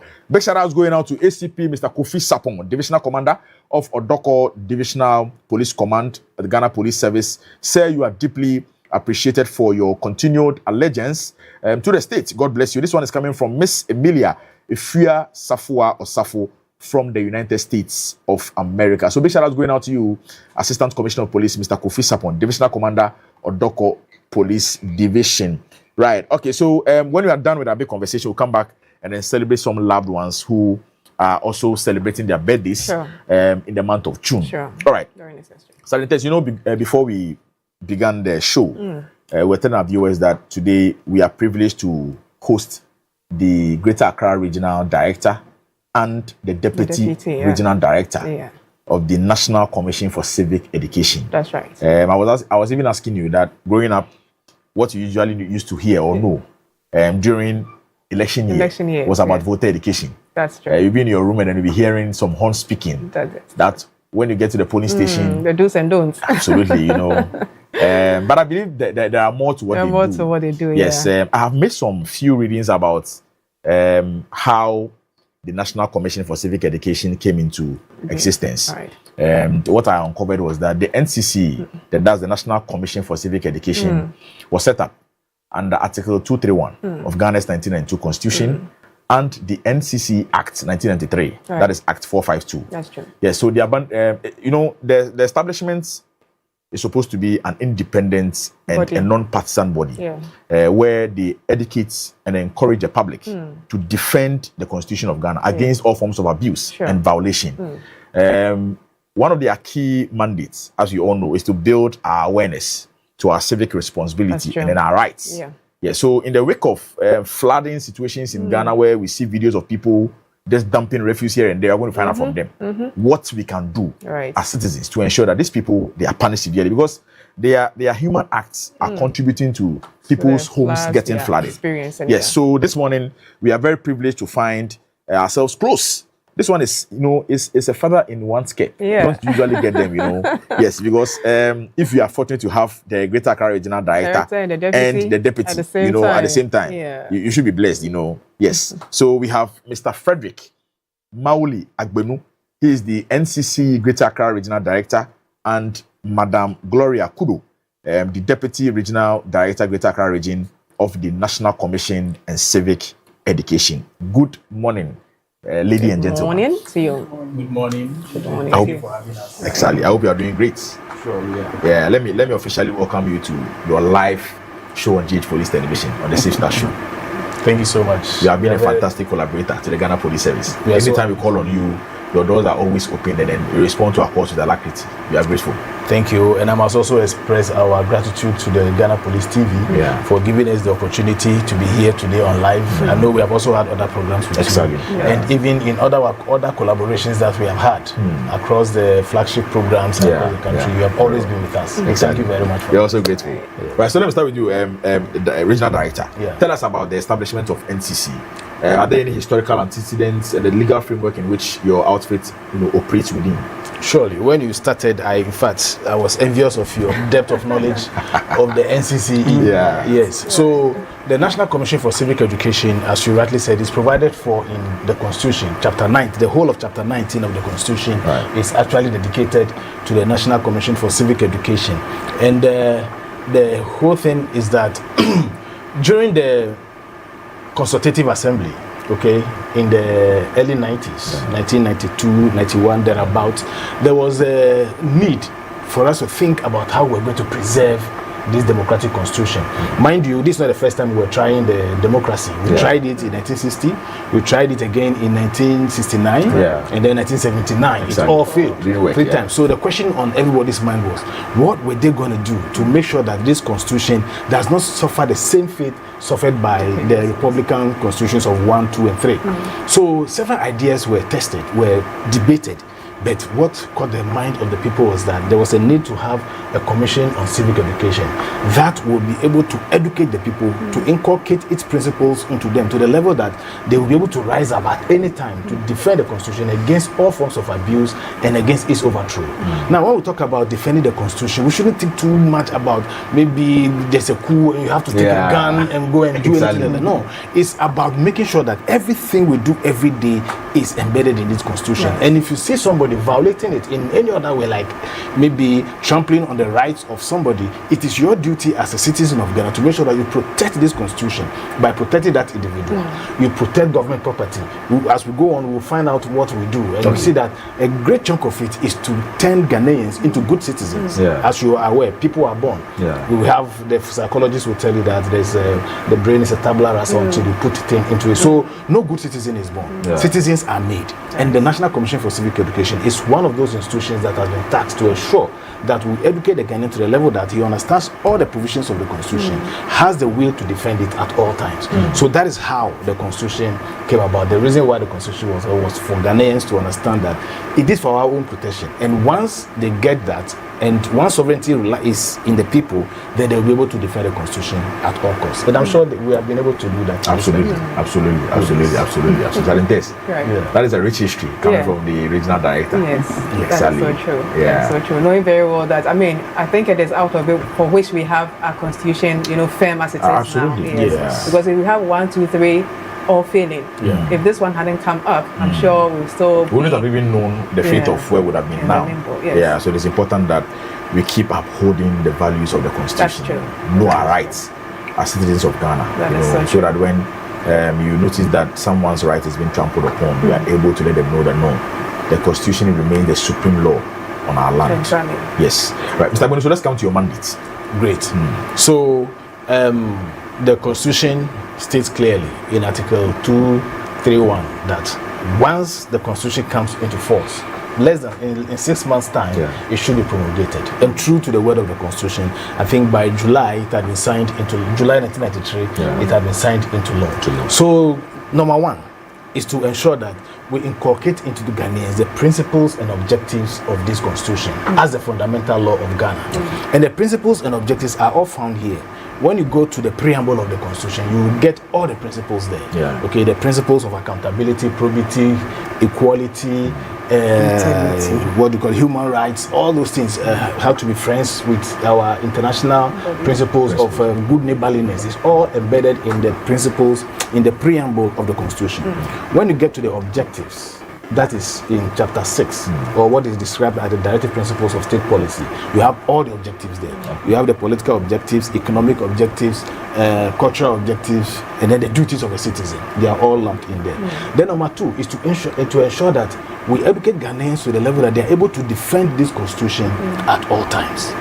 And then number 3 is we are to design programs at the district, regional, and national levels for government, so that government will sponsor it for us to carry out.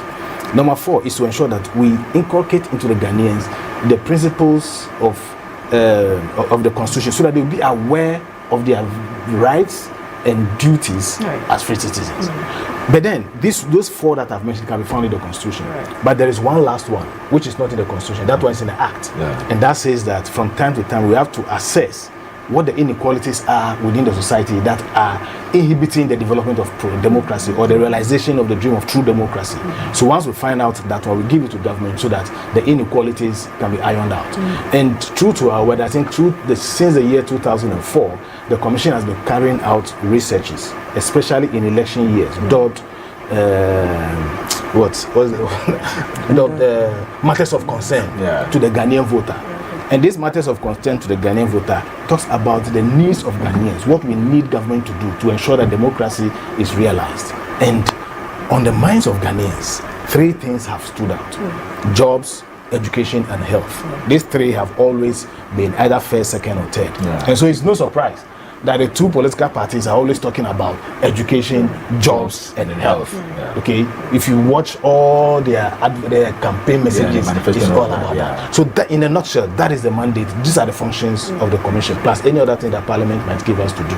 Right. Yes. Right. So, having walked us through this mandates, let's find out how well have the Ghanaian people really appreciated this mandate you are talking about, because per your elaboration, looks like there's a lot to be done by the EC and NCCA. But how well has this gone down with the Ghanaian people?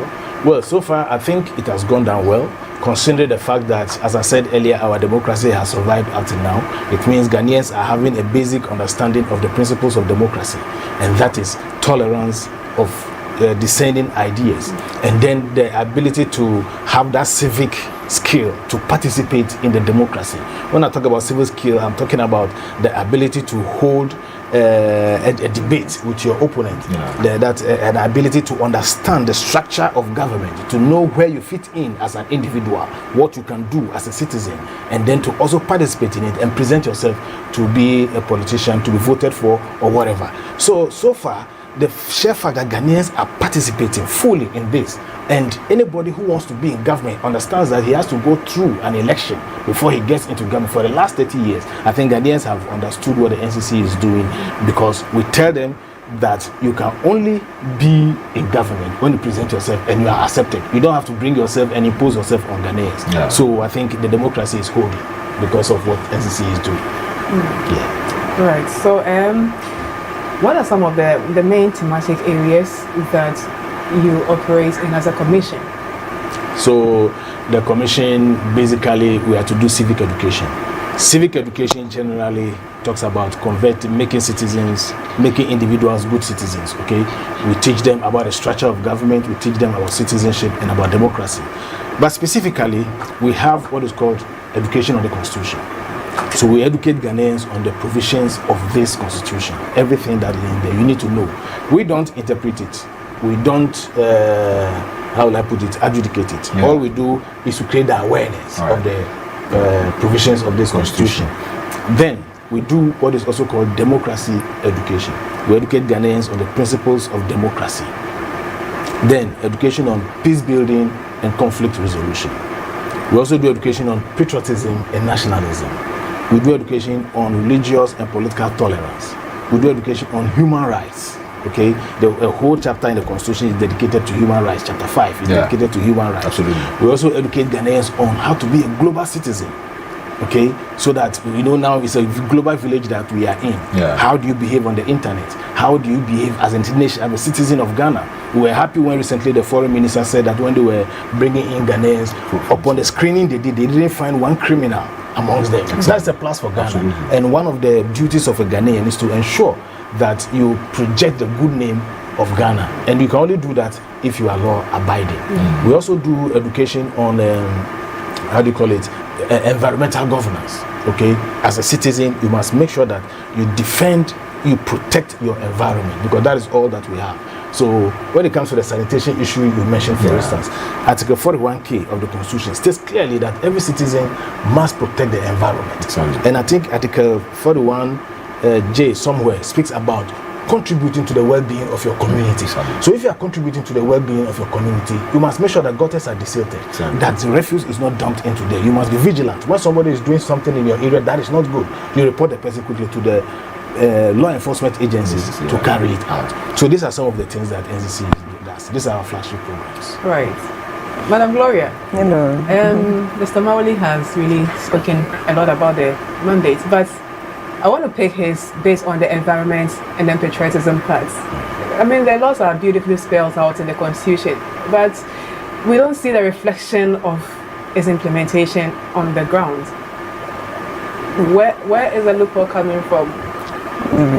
Thank you very much, and once again, let me also join my director to say we are grateful to Police TV and the police in general for your support over the years. Like you rightly said, the nationalism of the people, I think that in terms of NCC, our bit to do the education to ensure that they understand what it is to become a patriotic citizen or to show your nationalism, we are doing that part. But then I think that there's also what we call about attitudinal change. You educate people on what they are supposed to do or how to even defend their country or how to uphold their constitution. But then the inner changes depend on the individual. You understand?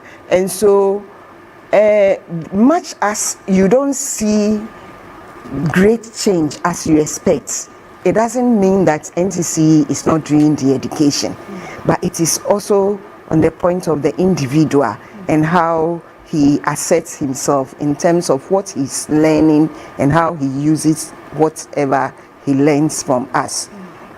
However, like my director rightly put it, we think that this nationalism and patriotism has actually sunk well and the people are responding to it. In that, if you look at the history my director gave you, in terms of the constitution, the previous ones, and how it did not even last long, but for this current Fourth Republican Constitution, you realize that we have been using it for over 3 decades now. So you ask yourself, how were we able to do it? It is also as a result of people understanding the education on the Constitution, the education to show patriotism, to show nationalism, and to be able to implement it in terms of ensuring that you go through the ballot system rather than using force to come to power. So if Ghanaians have been able to uphold this up to now, and we are in the Fourth Republic for about 3 decades and above, then I think our issue of nationalism or patriotism is actually being shown. Again, if you use the recent, or is even still ongoing, football for instance, you realize that if Ghanaians are at loggerheads with one another in whatever circles or areas, when it comes to football, we see ourselves as one people, and we all rally behind our players, ensure that we get the victory. Even when we are down, we still support ourselves. These are some of the things you could see that we do to show our patriotism and nationalistic identity as a people. So I think that you might not see it the way you want to, but as a gradual process, we have grown from a stage to this particular stage in which we find ourselves. And I think if we carry on this way, we will go far. We just have to sustain the momentum and ensure that we all do our bits as citizens. And in doing our bits, like my director rightly said, if you take Article 41, for instance, the duties of a citizen, if every one of us ensure that we practice it or we stick to it, then we are good to go as a country. Right. So I think there's really spoken a lot more on that, but my bit is about more of during elections, and I believe most Ghanaians are also seeing them in that angle, that we see them often during elections or political era. But then the other factors, we don't really see much about it. You know, growing up, we used to see there's town council people where they move from homes to homes, house to house. Yes, and we see that, you know, the sanitation bit, there is more to their outfit. But now like I earlier mentioned, the laws are in the books beautifully. But Ghanaians, we don't like reading. Yes. So what can be done to, get these laws sunk into the ordinary person out there? Because I know I'm supposed to do this, but I will not do it. Exactly. So that's what I'll be finding out from Madam very, very soon. We've seen videos on social media platforms where individuals whom we believe they are mindful of whatever thing they are doing in their environment, but yet still, regardless of their ages, at times it beats my human imagination. You find people who are old enough to have known what is right for them, but then you expect someone to come and tell you what you're supposed to do right in your society. See, when it rains in Accra in the space of 2 hours, the entire region gets flooded. Yes. And there are some human acts that are leading or contributing to these particular issues within our settings. And I believe that, Madam Gloria, when education goes a long way to educate people, and then you have some controversial or recalcitrant citizens who have made up their mind not to refrain from their acts, I think we'll have to enforce the law on them. So, as the NCC, you've done your education, creating the awareness, telling people what they're supposed to do, but then yet you have Ghanaians or some Ghanaians who are recalcitrant, and then their acts are causing, dangers or damages within our society. What can we do to ensure that they are brought to face justice, to serve as a deterrent for others? I think you've even said it. You've made a point yourself. Civic education is a shared responsibility. Absolutely. And so much as NCC is doing the education, we expect that the law enforcement agency will also carry it on. Like Madam mentioned about growing up with this town council people going to homes and all, you ask yourself, why is it no more there? Or even if they are doing it, to what extent? So we will do our general education. In fact, when it comes to education on sanitation, if you take NCC out, I don't think you can get any other organization who does a lot of education on sanitation. And our sanitation education is not just to one person, but it cuts across. We go to the market centers, we go to their homes, we go to churches, we gather the youth, even in schools, we give them education on that. Now, if we are able to do this education, like I said, then the law enforcement, because if you want someone to learn or for something to become a deterrent for a potential offender, then the law must also take its course. So if we go and shout, do all the education that we can do, and the law enforcement doesn't come in to help or take up their course of it, then we are back to zero. Exactly. So it will mean that whilst NCC is doing its bit to educate the people, those in charge to ensure that they enforce the law must also be seen to be doing their part. Then again, when people are prosecuted, I think that it will also be another plus for us if we should publish those things, so others can see. And then they will also take very good. When I see that Mr. X has been arrested, probably he has been fined a hefty amount to pay. And then I've seen his picture of her photo in the dailies or on the broadcast. That is it. Or he's giving some 3 months or something to go and stay in there with work. Some labor and work. I learned some time ago they were trying to bring up the law on community service and all that. I don't know how far that has gotten to. But if this law is also there, it doesn't mean you should punish the person to go to Insawan before he or she can change. You can give the person a work to do in the community. Other youths, other children are seeing the person doing that as a result of the person's recalcitrant behavior. The next person, nobody will also attempt to do that. But we see people throwing garbage or rubbish in gutters, sometimes even when it's raining. That is where you see women and even some men, gathering this rubbish and putting it in the gutters. Some also use the feces. I don't want to use any other word.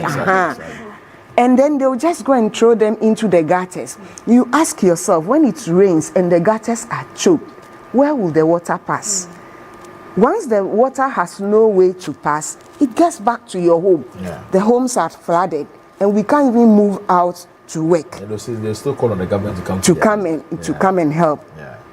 Are we not harming ourselves? Yes, we are. You see, so there are certain things for some of us, or for some people, yes, they don't need someone to tell them ABC before they know that this is wrong. I need not do that. But for others, yes, they will need to be reminded constantly. And that is why NCC is still going out with the education, so that we ensure that those who are dormant or who are getting the information but they are not making use of it are always being educated, so that they will also be on their toes and ensure that the right thing is done in our society.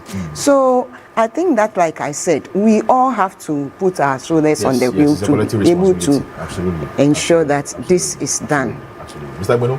Yeah. With the pervasive nature of, I am very much particular about sanitation. Because the flooding situation this season is mind-blowing. You know, people often comment on the social space that when they find people, dumping refuse into rains, what are they supposed to do? Do you think we'll have to intensify awareness creation as to Ghanaians who spot people in their communities dumping refuse into gutters or into rains, what they're supposed to do? I believe if that awareness is intensified, we'll make a headway where the police will have to come in and even effect arrest based on a video, because I saw a couple of videos, one at Choco, one at a particular, I think I've been also, where elderly people were seen with sacks of refuse dumping into the gutters. When they are arrested, then they are punished. It is going to serve as a deterrent to individuals within the community, as Madam Gloria has said. Do you think that we'll have to let people know what they are supposed to do when they observe or when they come into contact with people who are deliberately dumping refuse into rains of, water within their community when it's raining? Yeah, good question. You see, people who do such things, immediately you have to know that these are citizens who are not law-abiding. Exactly. And normally people who are not law-abiding, they have a certain sort of attitude and character that they will become belligerent and very troublesome, okay, to maybe peace-loving neighbors who may spot it and try to teach them the right thing, and they degenerate into something else. So what I would ask community members to do is that it's important for you to form a community neighborhood watch. Okay, so that we have people who are empowered by the community. Everybody knows that these are people who are supposed to enforce stoppage of pouring of the refuse into gutters. Because I may see the person, I may have the ability to be able to stop the person. What about somebody who may not have the ability? It can degenerate into, fights. Chaotic scenes. Especially chaotic scenes. I like the way. Those who are doing that, they are people who are already, they don't obey law. Exactly. And there will be no problem with him hitting his neighbor absolutely. trying to correct him. Okay, because if you try to tell the person to do it and he stops, fine. If he doesn't stop it, are you going to physically try to enforce it? You can only do that if you are stronger than the person. Absolutely. And I don't think, even if you are stronger than the person, it is good for you to molest the person before you stop the person. So definitely you have to report to the law enforcement agencies to do that. But it is important for us to form community neighborhood watch, so that these people, while it is raining, can sacrifice some time and be guarding these areas. Or when we see, you just report to that person, and then later on we come and arrest that person. And these people should be seen to be punished. Okay, if they are not punished, the video you are talking about, where we see some two elderly women, virtually naked, and such an obscene picture, you cannot tell me those people do not know the right thing. They know. Through their body language, they know exactly what to do, but they were just there trying to take advantage of that. So I would advise that we form community neighborhood watches, and then we channel the report through the appropriate channels. Otherwise, it's going to degenerate into something else in the community, which we do not want. Because already, if you see some of the videos, look at the gentleman, for example, who was smoking. Exactly. Who is going to stop that kind of person? Except a policeman like him, who is Absolutely. I will not be able to challenge that person. I know, right? Yeah. I have to be safe. Yeah. You understand it? Yeah. Now, you mentioned about the NCC being visible during election years only and all that. In fact, Ghanaians love politics. Ghanaians love. If you tune into the radio stations like the stations that are talking political issues are where people are glued to. They love to listen to that. And during that time, people pay more attention to what everybody else is saying. Right now, this education we are doing on sanitation. Last week, I was on WTV with EPA and NADMO. We were talking about this. I can bet how many people will listen to it. Though the guilty ones will not be listening to it. Absolutely. They're not interested in that conversation. They're not interested in that. But if you are talking about, politician A has insulted politician B, yes, that's where their interest lies. So in election years, NCC will do education because that is when it is most needed. And Ghanaians remember it most because that is what is foremost on their minds. Okay. Currently, we are doing what is called the Constitution Week celebration. We are yet to meet with the police of Greater Accra, so I'm just using this as a reminder of the letter that we have sent out, where we do education to remind citizens on the Constitution. But it's not gaining that kind of traction if we're doing voter education during election years. Would you agree with me? Would you agree with me that probably it's because we also not, channel so much energy towards that angle, just as we have channeled towards election, like you are saying? Because I believe that the more we channel the energy towards that side of it, Ghanaians are going to, with time, fly over to also appreciate it, just like they're appreciating it, in a political setting now. So I am sure that if the energy is also channeled towards... More efforts will be needed for that. But during election years, it becomes very critical because we want to ensure that there is peace before, during, and after. And therefore, you have to work extra hard during that time. And many of our platforms become active. We have the inter-party dialogue committees. I was at the program last Saturday, and the chairman for Ayawaso East IPDC was complaining that since 2025, nobody has invited him for a program. So I reminded him that it is election based. After the election, it goes dormant until 2027 and 2028 again. We reactivate it because that is where political campaigns begin, and then we do that. But we will take your word and we will ensure that we are more forceful within the election years. That is a good plus to actually comment on. And let me also probably step in with this one.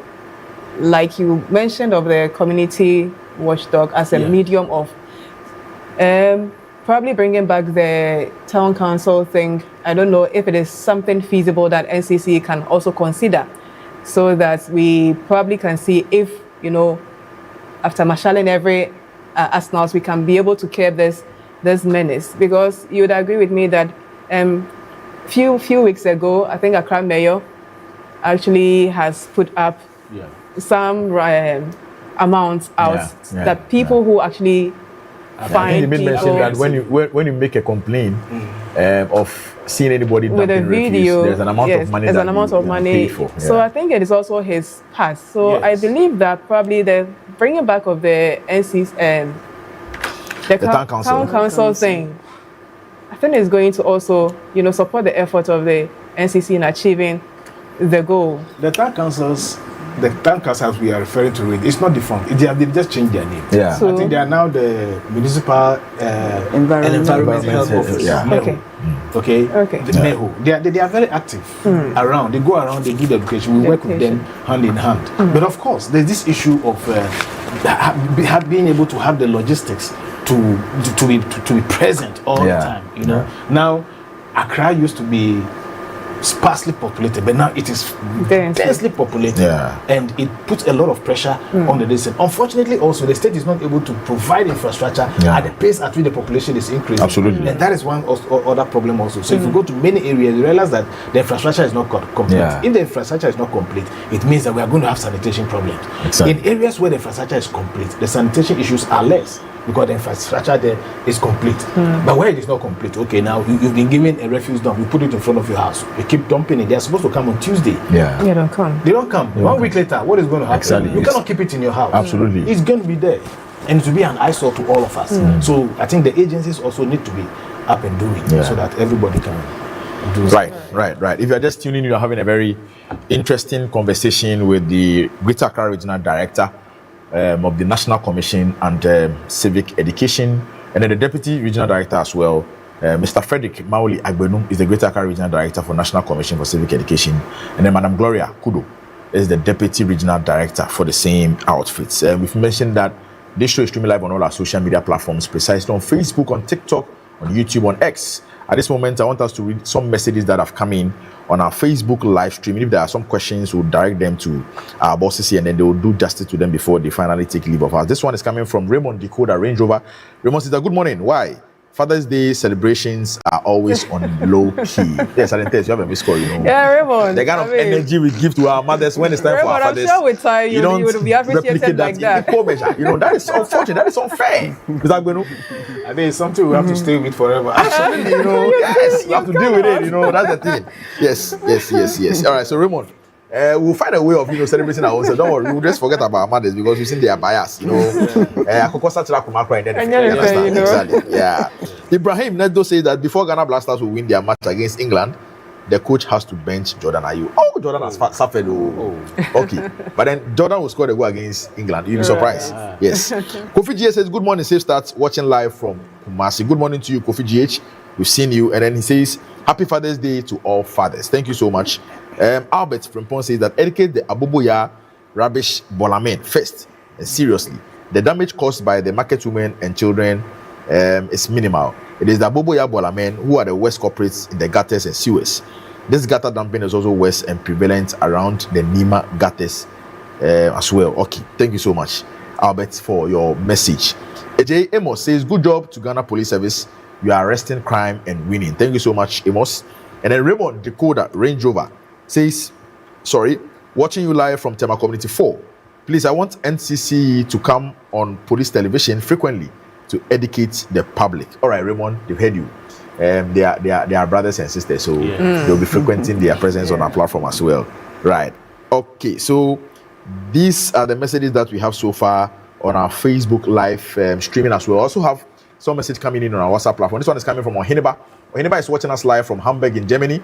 And the message reads, talking about nationalism, I suggest they start it from the newborn babies, because for the current generation, we are not nationalistic at all. He never says that this generation here, it appears we are more beyond appeal. So we must be targeting, Mr. Gwenu must be targeting the unborn babies. Yes, those are the ones that we can instill or inculcate the spirit of nationalism into them. I think this generation we can still do with it. We start, bringing the punitive measures. Elderly people dumping rubbish into that. The punitive measures would address that. Anyway, okay, that may be another way of remedy to ensure that they are put to the heel. Do you have some messages at your end? Yes, I have some with them on our WhatsApp page. Okay. And so I would read them out to the officers over here. This is coming from Udifo. And then he wants to find out that the NCC has the mandate to enforce laws. No. Any of you can? No, we don't. No. Right. We only educate. Yes. Right. So therefore, they only educate. They don't have the mandate to enforce the laws. Yeah. From the director. Yes. So from Chinebua Kodia Foster, he is watching us from Ankesim. So he says, in the past, we used to see OB vans going round educating people, but now we don't see them anymore. I want to know if the vehicles has been sold out or they are tired of going round. Okay. Right. Okay. So okay. This is from Chineva Kodia Foster. Has the OB vans been sold out or they are tired of going round? Yeah. Well, with time, every gadget gets how do you call it? Worn out, and so some have been worn out, some are there. But where we have the resources, yes, we still do the cinema van education around here. We have a couple there, and we still use them. Right, Foster. So they still have a couple of them. They have not sold them out, just that they've worn out. Yeah. So from the director and then his deputy, they still have some of the vans around. Yeah. Yes, Sergeant Boite, those are the two we have so far. Yes. So I've just moved to our live streaming on TikTok. There are some messages there. I would also use this opportunity and then read them out. If there are some questions whatsoever, they will be accordingly addressed by our regional director and his deputy regional director as well. So this one is coming from Kelchance. Kelchance says that you see the madam is still defending very hard. I think he's referring to you about the Father's Day celebration. Yes. Oh. Yes. So Kelchance, yes, she's defending black and blue. You understand? So we'll have to deal with it and manage it. As far as our lives are concerned. And African Towers say hi Ghana. Hello African Towers. I am Mami Jane. My regards to you guys, especially both. Thank you so much, Mami Jane. We've seen you. Ikra Limited GA says that interesting. Thank you so much. And then Ikra Limited GA says I have a lot to ask law enforcement officers in Ghana. King 7 says I am Mami Jane. Hi. All right, and then Queen Diva says that, okay, no, so Cynthia says, all correct, sir. Good morning, Cynthia. And then King 7042 says, thank you, sir. God bless you. And then LeBron 359 says, I'm super proud of you, Ghana Police Service. Alidu Abdul Latif says, hello, good morning, my dear friend. Grace Otu says, Tess. I think this one is a friend to you, Terizado. Yes, and then Neckbone says, okay, so Selom Kelvin says, service with integrity. Thank you so much, Selom. All right, so Big Jojo says, so are we safe in our own country? Hey, Ghana. Yes, you are safe. Yes. And then the message is coming in. This one is also coming from Wonderful 7. Wonderful 7 says that God bless Ghana Police Service for good job. May God protect you all. Thank you so much, Wonderful 7. And then Mr. Berry says, kudos to Ghana Police Service. Thank you so much, Mr. Berry. Nowhere is cool says, God bless Ghana Police Service. Thank you so much. Nowhere is cool. And then Nana Esiedu 1 says, God bless Ghana Police. Thank you so much, Nana Esiedu 1. And then General Specific says, you are doing a good job. Keep it up. Thank you so much, Mr. General Specific. Domike Parkwesi says, I'm proud of you. Ghana Police to the world. Thank you so much. And then Ebenezer Eduamwa says, very vocal. Keep it up. Thank you so much, Ebenezer Eduamwa, for the message. And then Wonderful 7 says that God bless you all. Ghana will win. I think this one is in connection to our match against the Three Lions of England tomorrow. Yes, people are still optimistic that Ghana is going to win. Yeah. Yes. Vivian Saba says, good morning to you. No Fear says, the constable is my crush. Okay, so that message is directed to Mabel Brown, I believe so. Yes. Rocky Didon says, football, anything can happen. England will be down by 1 goal to none. Anaya, okay, we've heard you. Ghana Blasters are going to win. Okay, all right. And then, wow, Ghana Police Service is doing well ever since we changed. Oh, wow, this message is not meant for us. Okay, and then happy birthday to all celebrants. The Lord guide their path. Okay, and then Ghana, our gutters are too small. This one is coming from Tiumba. Okay, right. And then, okay, so Zoom Lion. All right, so these are the, okay, so for now, these are the messages that we have on our TikTok live pages. Most of the messages are not connected to whatever thing we are discussing here. Yes, so Silent Test, if you have some other messages coming on your WhatsApp platform, please, you can do and then read them out to us. Not for now. Not for now. Not for now on WhatsApp. Okay. Yeah. Okay. All right, then let's come back to our discussion as well. Madam Gloria, I know that in your quest to deliver your mandate, there are some challenges that you encounter. Can you share with us practically what are some of the challenges that you face that impede or that inhibits you from carrying out your mandate successfully? Thank you. Before I go on that, let me stand on behalf of my sister and on behalf of all women. Right. It's better late than never. Exactly. To wish all our men happy Father's Day, though belated. Yes. And in terms of challenges, I was thinking my regional director would take it up so that, but all the same, when we talk about challenges with NCC, you know, every organization face one kind of challenge or the other. And mostly we are not enthused talking about our finances and whatever, because we know it pertains everywhere. But come to think of it, money also does everything. And so where you don't have enough funds to do certain things, it becomes a bit difficult for you to penetrate. So in terms of our challenge, the major thing for now we will say is our logistics, and that goes with our vehicles in particular. Because if you look at us, the entire nation, civic NCC is everywhere. Take even Greater Accra, for instance, where we have about 29 district offices. We have also sub-metro offices and zonal offices. In fact, if you put all together, plus the regional office, we have about 35 offices just in Greater Accra. But how many vehicles do we have? Just 7. So you could ask yourself, how can you manage 7 vehicles across 35 district or offices for you to get the results that you want. So vehicle is really a challenge. And if I say vehicle, I mean vehicles that you could also mount PH system so you could do your education. Because even though we do door-to-door education, we do identifiable group education, when you have the vehicle mounted with this PH system, your announcement or dawn and dusk broadcast will become frequent, and that is where you intensify your education to those who you can't get when it comes to door-to-door or groups education. And those outside that the vehicle or the announcement can get to, if you look at the population, they are in the larger scale. But once our vehicles are limited, it becomes difficult. So you realize that we would have to be alternating. This district will have to do it today, then another day or another week, another district will also take it around. That is how we've been managing it, but it's a great challenge, and we think that if we can get more vehicles, it will step up our education. Then again, in saying that, let me also be quick to say that some institutions also do help anyway. And I'll mention the district assemblies. From time to time, they support us with some of their vehicles to do this education. And we are very grateful for that.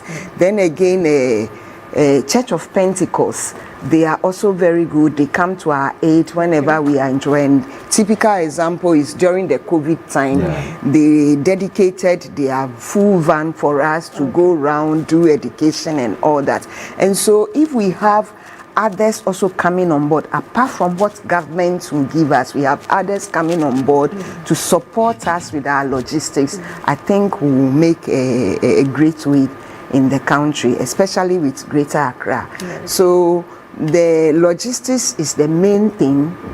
Then in terms of money, then I will skew that one to where we'll be able to print educational materials, so we can give out when we go for our education.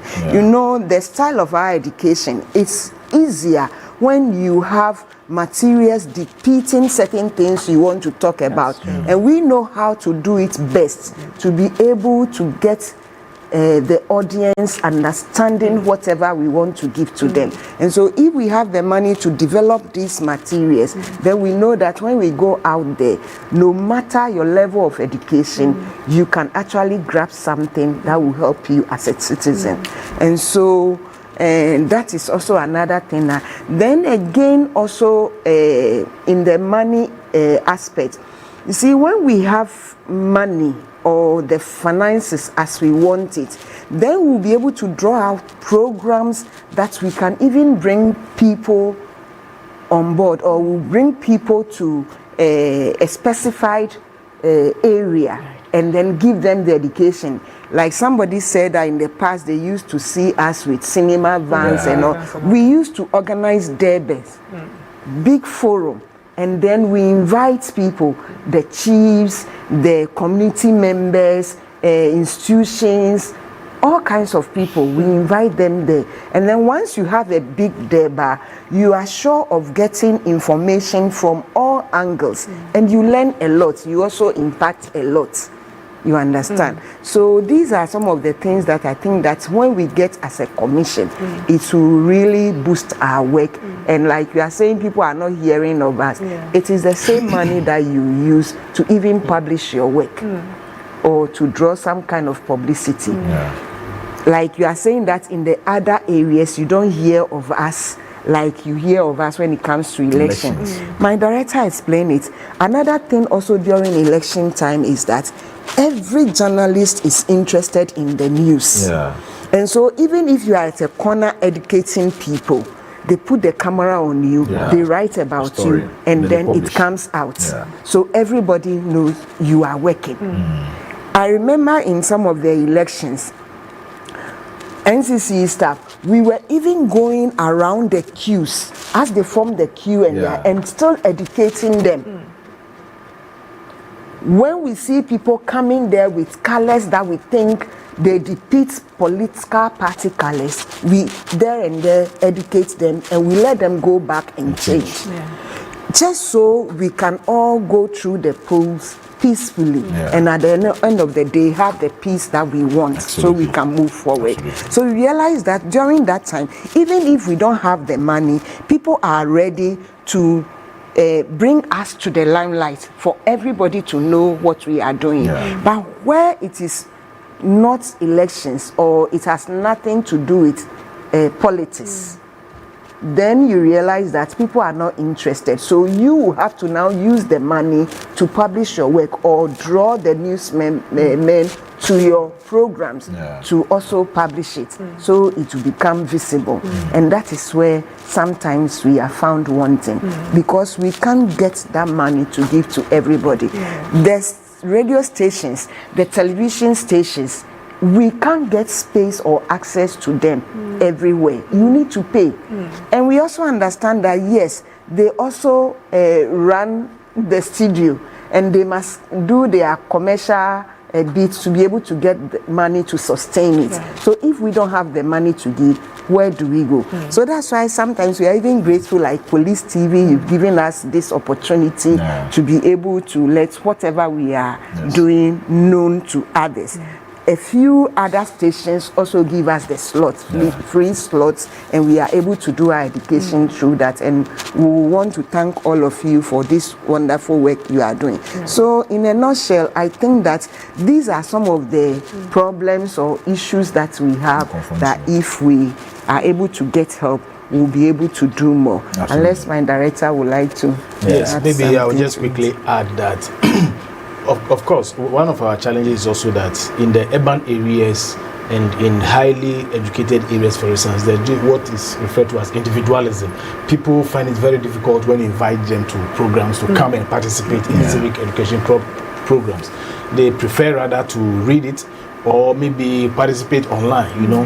And then globalization has also meant that people are more tuned to other things that are happening elsewhere than even what is happening within their own community.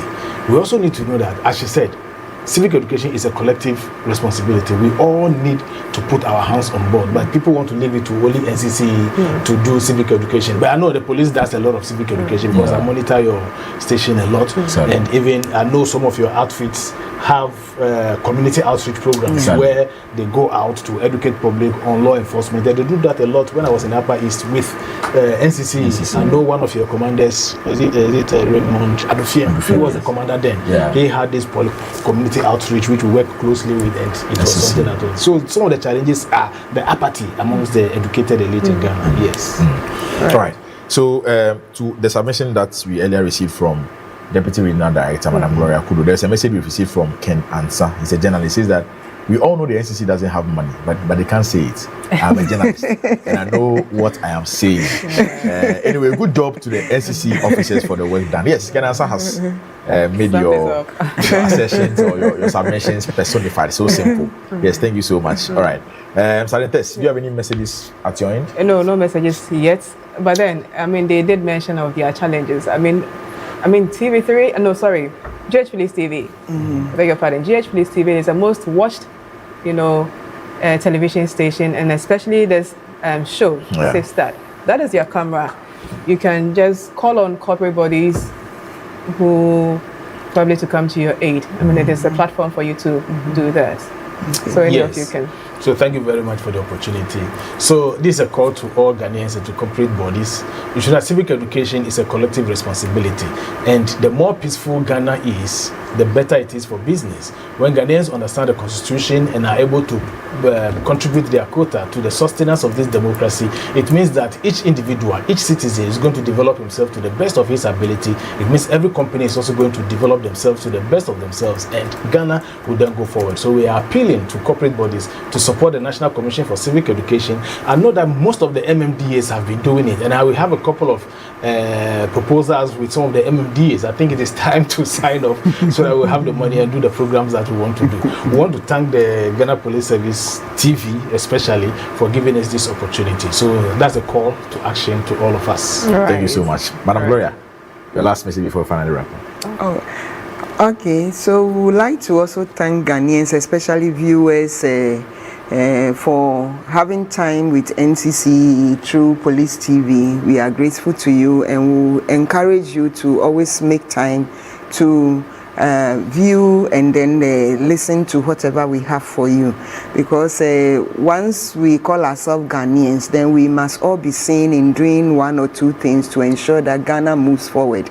And so if there is a time for you to listen to civic education, please do, so that you can also educate yourself and make yourself a better citizen of Ghana. Thank you all very much. So, Ivoriday, I think before they sign out, let's find out if there are any flagship programs. If there are any flagship programs. I think Mr. Igbenu made mention of some programs. So the flagship programs are the strategies we use in reaching out to the population. Currently, we are doing what is referred to as the Constitution and Citizenship Week celebration. Okay. So the Constitution Week celebration normally starts from 28th April to 4th May. That is the week dedicated to it, but the program goes on throughout the second quarter. And that date is significant because if you recall, in 1992, on 28th April, that was when Ghanaians voted for this constitution in the referendum and gave it, I think, 92.6% approval. And following that, we accepted this constitution. So we use that time to focus on the provisions of the constitution, and we target the security agencies and other identifiable bodies in the country to do that. And then we have the Citizenship Week celebration, where we focus on citizenship, structure of government, and the constitution for the younger generation who are in from basic schools from P4 to JHS 3. That one is mainly for them. Sometimes we go into the senior high schools also. Then we have what is referred to as the annual democracy lecture, where we bring in experts to give a lecture on a topical issue about a dilemma we are facing in democracy to, as it is, bring out new concepts or to bring suggestions to it. Then we have the dialogue series, where we bring a number of experts. They sit around a round table or a square table and speak about topical issues also. Then, of course, we have the community outreach programs, where we go into the communities, which unfortunately we are unable to do this because it takes a lot of money. There's a community there and all that. We are not able to do all those things, but we hope that we will come back to doing them. So these are some of the strategies that we also have. The social auditing platforms within the MMDAs. Here is a committee made up of prominent individuals in the community, made up of the security agencies, made up of Electoral Commission, NCC, SHRAJ, and the religious bodies and traditional authority. And here the mind is that the community members should have a say in the projects that are being done in their communities, from design to implementation and monitoring, so that they don't bring white elephants to the community. They develop, because we have so much little money, and this little money should be used to carry out projects that the people actually need, and to make sure that corruption is reduced. Unfortunately, many people don't take advantage of this. The assemblies always publish their accounts, but how many people take interest in it to go and look? So the community social audit platforms are to encourage the community members to be interested in the activities of the district assemblies. All right. So, Mr. Igbenu, before we finally wrap up, don't you think that in this modern day and age, where we have most of the youth within our country migrating from the traditional media to the new media, the NCC can also take advantage of that? We have a robust communications communications department, and we are very active on social media. So I was bringing one of my young staff to come and talk about that, aspect of it. And actually, our theme for this year is upholding the 1992 Constitution in the digital age. Absolutely. Our collective responsibility. Because even though the Constitution was written when we were not in the digital age, today we are here. But it is still very relevant. And our theme for the Constitution Week is the same. Because what holds on in the physical world holds in the online world as well. So we can share our handles with you. I think it's NCCAGH at all the social media platforms. Yes. Then you just go all right. Quickly, we have another message from Adakwa. He says, if I want to invite NCC to come to our school to educate us, what is the procedure? Does it come with a cost? No. I think he wants to find out. It's free. It's free. All you have to do is write to us, and we'll be there in a jiffy. All right, Mr. Adakwa. So from the Greater Accra Regional Director, Mr. Frederick Maoli Agbenu, he says it is free. Just officially writes to the National Commission for Civic Education, and they will come and then educate your students for you. It's absolutely free. There is no charge. All right. So Tess, in the absence of any further question, I think we'll have to wrap up on today's discussion. I have learned a lot. It's been fruitful. Absolutely. It's been fruitful. Yes. Right. So Mr. Frederick Maoli Agbenu and then Madam Gloria Kudo, the Greater Accra Regional Director and the Greater Accra Deputy Regional Director, respectively, of the National Commission for Civic Education. Thank you so much for your time and then for honoring our invitation. Sure. As we have said, we'll always be bringing you on board, especially with your social media team. We'll need them for different discussion, for them to tell us what has been going on when it comes to awareness creation and then intensification of publicity and all of that. We want people to know what the NCC have been doing all these years, for them to be aware, and they should be minded and also informed as well, for them to know what it takes to become a good citizen of Ghana. Thank you so much, ladies and gentlemen. And so if you are just joining in, we've had a very fruitful conversation with the Greater Accra Regional Director of the National Commission for Civic Education, Mr. Frederick Mauli Agbenu, and Madam Gloria Kudo, who is the Deputy Regional Director, Greater Accra Region National Commission for Civic Education. We're going for another break. When we resume, we'll put things together and then finally call it a day on today's edition of the Safe Start Show. Stay on, we'll be right back. Thank you so much.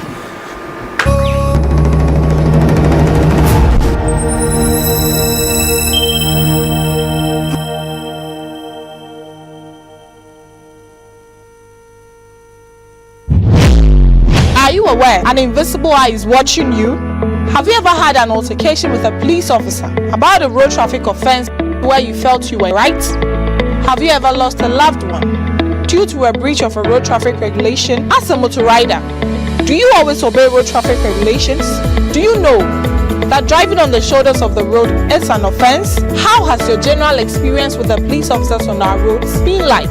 It is for these and other reasons that the Ghana Police Service, in collaboration with the Ministry of Interior, National Road Safety Authority, the DVLA, and other stakeholders, have come up with an initiative to ensure sanity on our roads and prevent road accidents. TrafficTech GH is an automated system introduced by the Ghana Police Service to enforce road traffic regulations.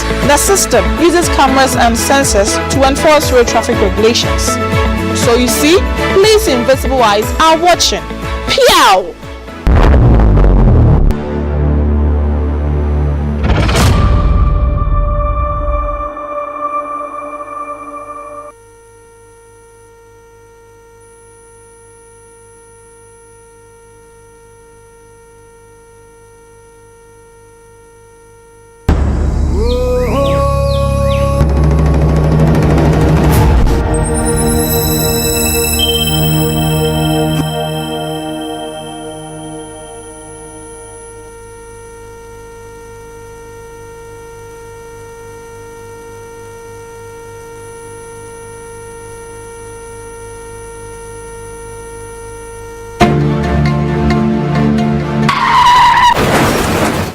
akwanhyia eye akwansidie edema obi biara ne senti esese yetwe ya adwen ekọ enema enam so ema akwanhyia edi epra ene ewu ebei eso ne senti GH Police TV ahyehyɛ dwumadi a ne din ene ka kwan so nkyekye traffic orientation show edi ebrel ewo dwumadi so yedi etufo na ya kyerɛkyerɛw enema ene mmra ahodo a esese wo ehu ewo yen ekwan no eso enu nti jebre ne hwɛ dwumadi da biada ewo GH Police TV so a esan so ewo DSTV channel 362 so na ya fansua de emfa ensi ka kwanhyia ano ekwan.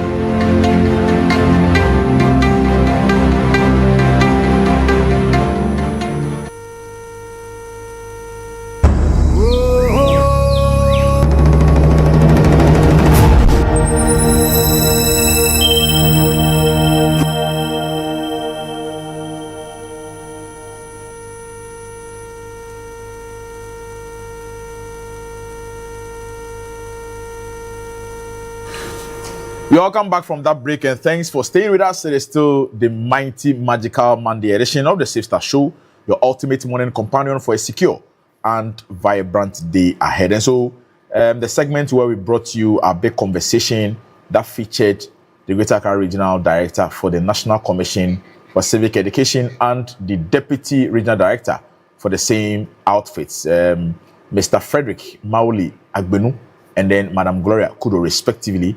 Was an intriguing one. We've learned a lot. It tells you that the NCC are not relenting in their efforts to, continue to oversee programs that build citizens' awareness of the Constitution's objectives, or even translating constitutional rights into local languages. You know, some time ago we had them. You know, as the Madam Gloria said, they had some vehicles where they mount PA systems move within communities, and then let them know what they are supposed to do as citizens. But then, as much as they are facing some financial constraints, they are still committed, their own way to educate Ghanaians about the democratic principles in our constitution. Right. So I think during the birthday segment, there were some birthday wishes that came late. As the saying goes, it is better late than never. So we want to use this opportunity and still celebrate with our wonderful officers who are celebrating their birthdays in the month of April. Oh no, in the month of June, sorry. All right, so this one is a happy birthday celebration going out to Detective Policewoman Inspector Dinah Nateki Na Enimedu of Community 2 Dofsutem. I think this one has been done already. This one is a wish coming from all 2009 squad mates, especially Policewoman Inspector Faustina Arthur of Police Headquarters Finance. Their message is that may the good Lord enlarge your territory and make his face shine upon you in all your endeavors. We love you so much. Cheers to good health, long life, greatness, and more promotion. So happy birthday going out to Detective Policewoman Inspector Dinah Nateki Na Animedu. You are the Community 2 Dofsu Unit Tema. Do have a fantastic birthday as you celebrate your birthday today. Right, it is still Love in the Air, live on air on GH Police Television, precisely the Safe Start Show. And we are still celebrating a wonderful. But this one is special greetings going out to Nana Osei Mensah, a dedicated and staunch viewer of the Safe Start Show on GH Police Television, always watching us live from Donald Trump's country, United States of America, Massachusetts to be precise. So special greetings to you, Nana Osei Mensah, in the USA. This one is coming from your own brother Bob G. All right, we also have some birthdays coming in. This one is a birthday wish coming from Policewoman Chief Inspector Mercy Kisi, and your message to Inspector Kwabena Asari of Amasaman Police MTTD is happy birthday to you, Inspector Kwabena Asari of Amasaman Police MTTD. I don't know, I'm thinking this one should be Ahonfe, the one I know, Kwabena Asari. Formerly, he used to be with the Mobile Force unit, now the National Protection Unit. Yes, so happy birthday going out to you, Inspector Kwabena Asari. You are with the MTTD Amasaman area. This one is a wish coming from Policewoman Chief Inspector Mercy Kisi here at the Public Affairs. We are praying for good health, long life, and then prosperity in your life. So Nana Osei Mensah has moved from Massachusetts to yes, he's currently in Columbus, Ohio. Oh wow! Still within the United States of America. Right. Yes. So Nana Osei Mensah, if you're in Columbus, we know very soon you'll be getting to Pennsylvania. And then you get to Texas. You tour all the states within the United States of America. Right. So special greetings going out to you. This one is coming from Bob G. And then happy birthday going out to Cadet Officer Patience Ajiman Kujo. This one is from all officers of your former office, budget headquarters, and the entire production team of GH Police Television. We are wishing you a fantastic year, filled with joy and success. May this year bring you happiness, good health, and many more achievements. Happy birthday to you, Cadet Officer Patience Ajiman Kujo. Do have an amazing birthday today. And again, another happy birthday going out to Lance Corporal Emmanuel Abwaje. This wish is coming from Policewoman Lance Corporal Alberta Abrokwa. She's with the Asqua Police Station, I believe, in the Ashanti region. And you are saying that may you receive massive elevation from our Maker as you celebrate your birthday today. So happy birthday going out to you, Lance Corporal Emmanuel Abwaje. This wish is coming from Policewoman Lance Corporal Alberta Abrokwa of Asqua Police Station in the Ashanti region. And then another blissful happy birthday going out to Enima Rocky. You are in Dubai, United Arab Emirates. Blissful birthday to you as you step into a new year. May grace be multiplied in your life, and may the Lord see you through whatever thing you do. I love you. This one is a message coming from Lance Corporal Isiama Dufour from National SWAT. And so it is a happy birthday wish going out to Enima Rocky. We are wishing you a blissful birthday as you celebrate your birthday today. And again, another happy birthday going out to Mrs. Agnes Apia. This message is coming from Chief Inspector Mr. Joseph Victor Kobina, who is the station officer at the Consumer Office here at the National Police Headquarters. And his message is that continue being the wonderful wife you are to me and our family. We love you so much. With love from your husband, Chief Inspector Mr. Joseph Victor Kobina, Station Officer, Consumer Office, National Police Headquarters. So happy birthday going out to Mrs. Agnes Apia. You are loved by your husband and your siblings as well. And then again, another happy birthday wish going out. This one is a belated one to Miss Jamilatu Mohammed of Achim of Wasi Zongo. This wish is coming from my very own self and then my brother Corporal Sani Mohammed. We are wishing you a fantastic birthday as you celebrate your birthday within the month of June. Jamila, you are loved. We pray for more cash, more strength, and then massive elevation in all that you do. So belated happy birthday going out to you, Madam Jamilatu Mohammed of Achim of Wasi Zongo. This wish is coming from my very own self and Corporal Sani Mohammed. Salintes, do you have any other message from your end? Not a birthday wish. Okay. But we'll want to state that on behalf of the Director General Public Affairs, Madam DCOP Grace Ansah Kofi, and the entire team of Public Affairs, we want to wish the Inspector General of Police a happy Father's Day, and also going to all the fathers on the Police Management Board. Exactly. Happy Father's Day to you all in your strides in making for us all, right? Let me also send a happy Father's Day to my own biological father, Mr. Charles Kojo Boatin of Kaswa. Daddy, we are grateful for how far you have brought us. We pray for more strength, more life. At this moment, we only pray that you live long, to enjoy the fruit of your labor. It's not easy, especially when you are putting in your effort as a father and then our mothers are not seeing it, Yes, but then you don't give up. You fight to the end to ensure that your children receive the best of treatment in life. And so we are grateful to you. Happy Father's Day to you from all your children to Mr. Charles Kojo Boatin. And then another father of mine, Da Ben. You are in Dasuman. Another happy Father's Day going out to you. Also grateful for your fatherly tutelage, where some of us were fortunate to have come under you, in fathering us to become whoever we have become now in life. And so we are grateful to you. Happy Father's Day going out to you, Da Ben, Dasuman, and then Mr. Charles Kojo Boatin of Kaswa. And then our fathers, we are not giving up. We'll keep pushing. Very soon we're going to take the mantle from our mothers who are so biased and then unfair when they are celebrating us. When it's time for them, they get the love, the affection and everything from us. But then when it's our turn, they try to draw back and then use the word responsible. You get there. Let me take the opportunity to also wish my own father a happy Father's Day to you, Detective Chief Inspector Somolado retired. Happy Father's Day to you, Father. Right. Okay, so this is where time will permit us to bring today's edition of the Safe Start Show to an end. We believe that we've had a fascinating moment on our discussion when we began with the traffic updates.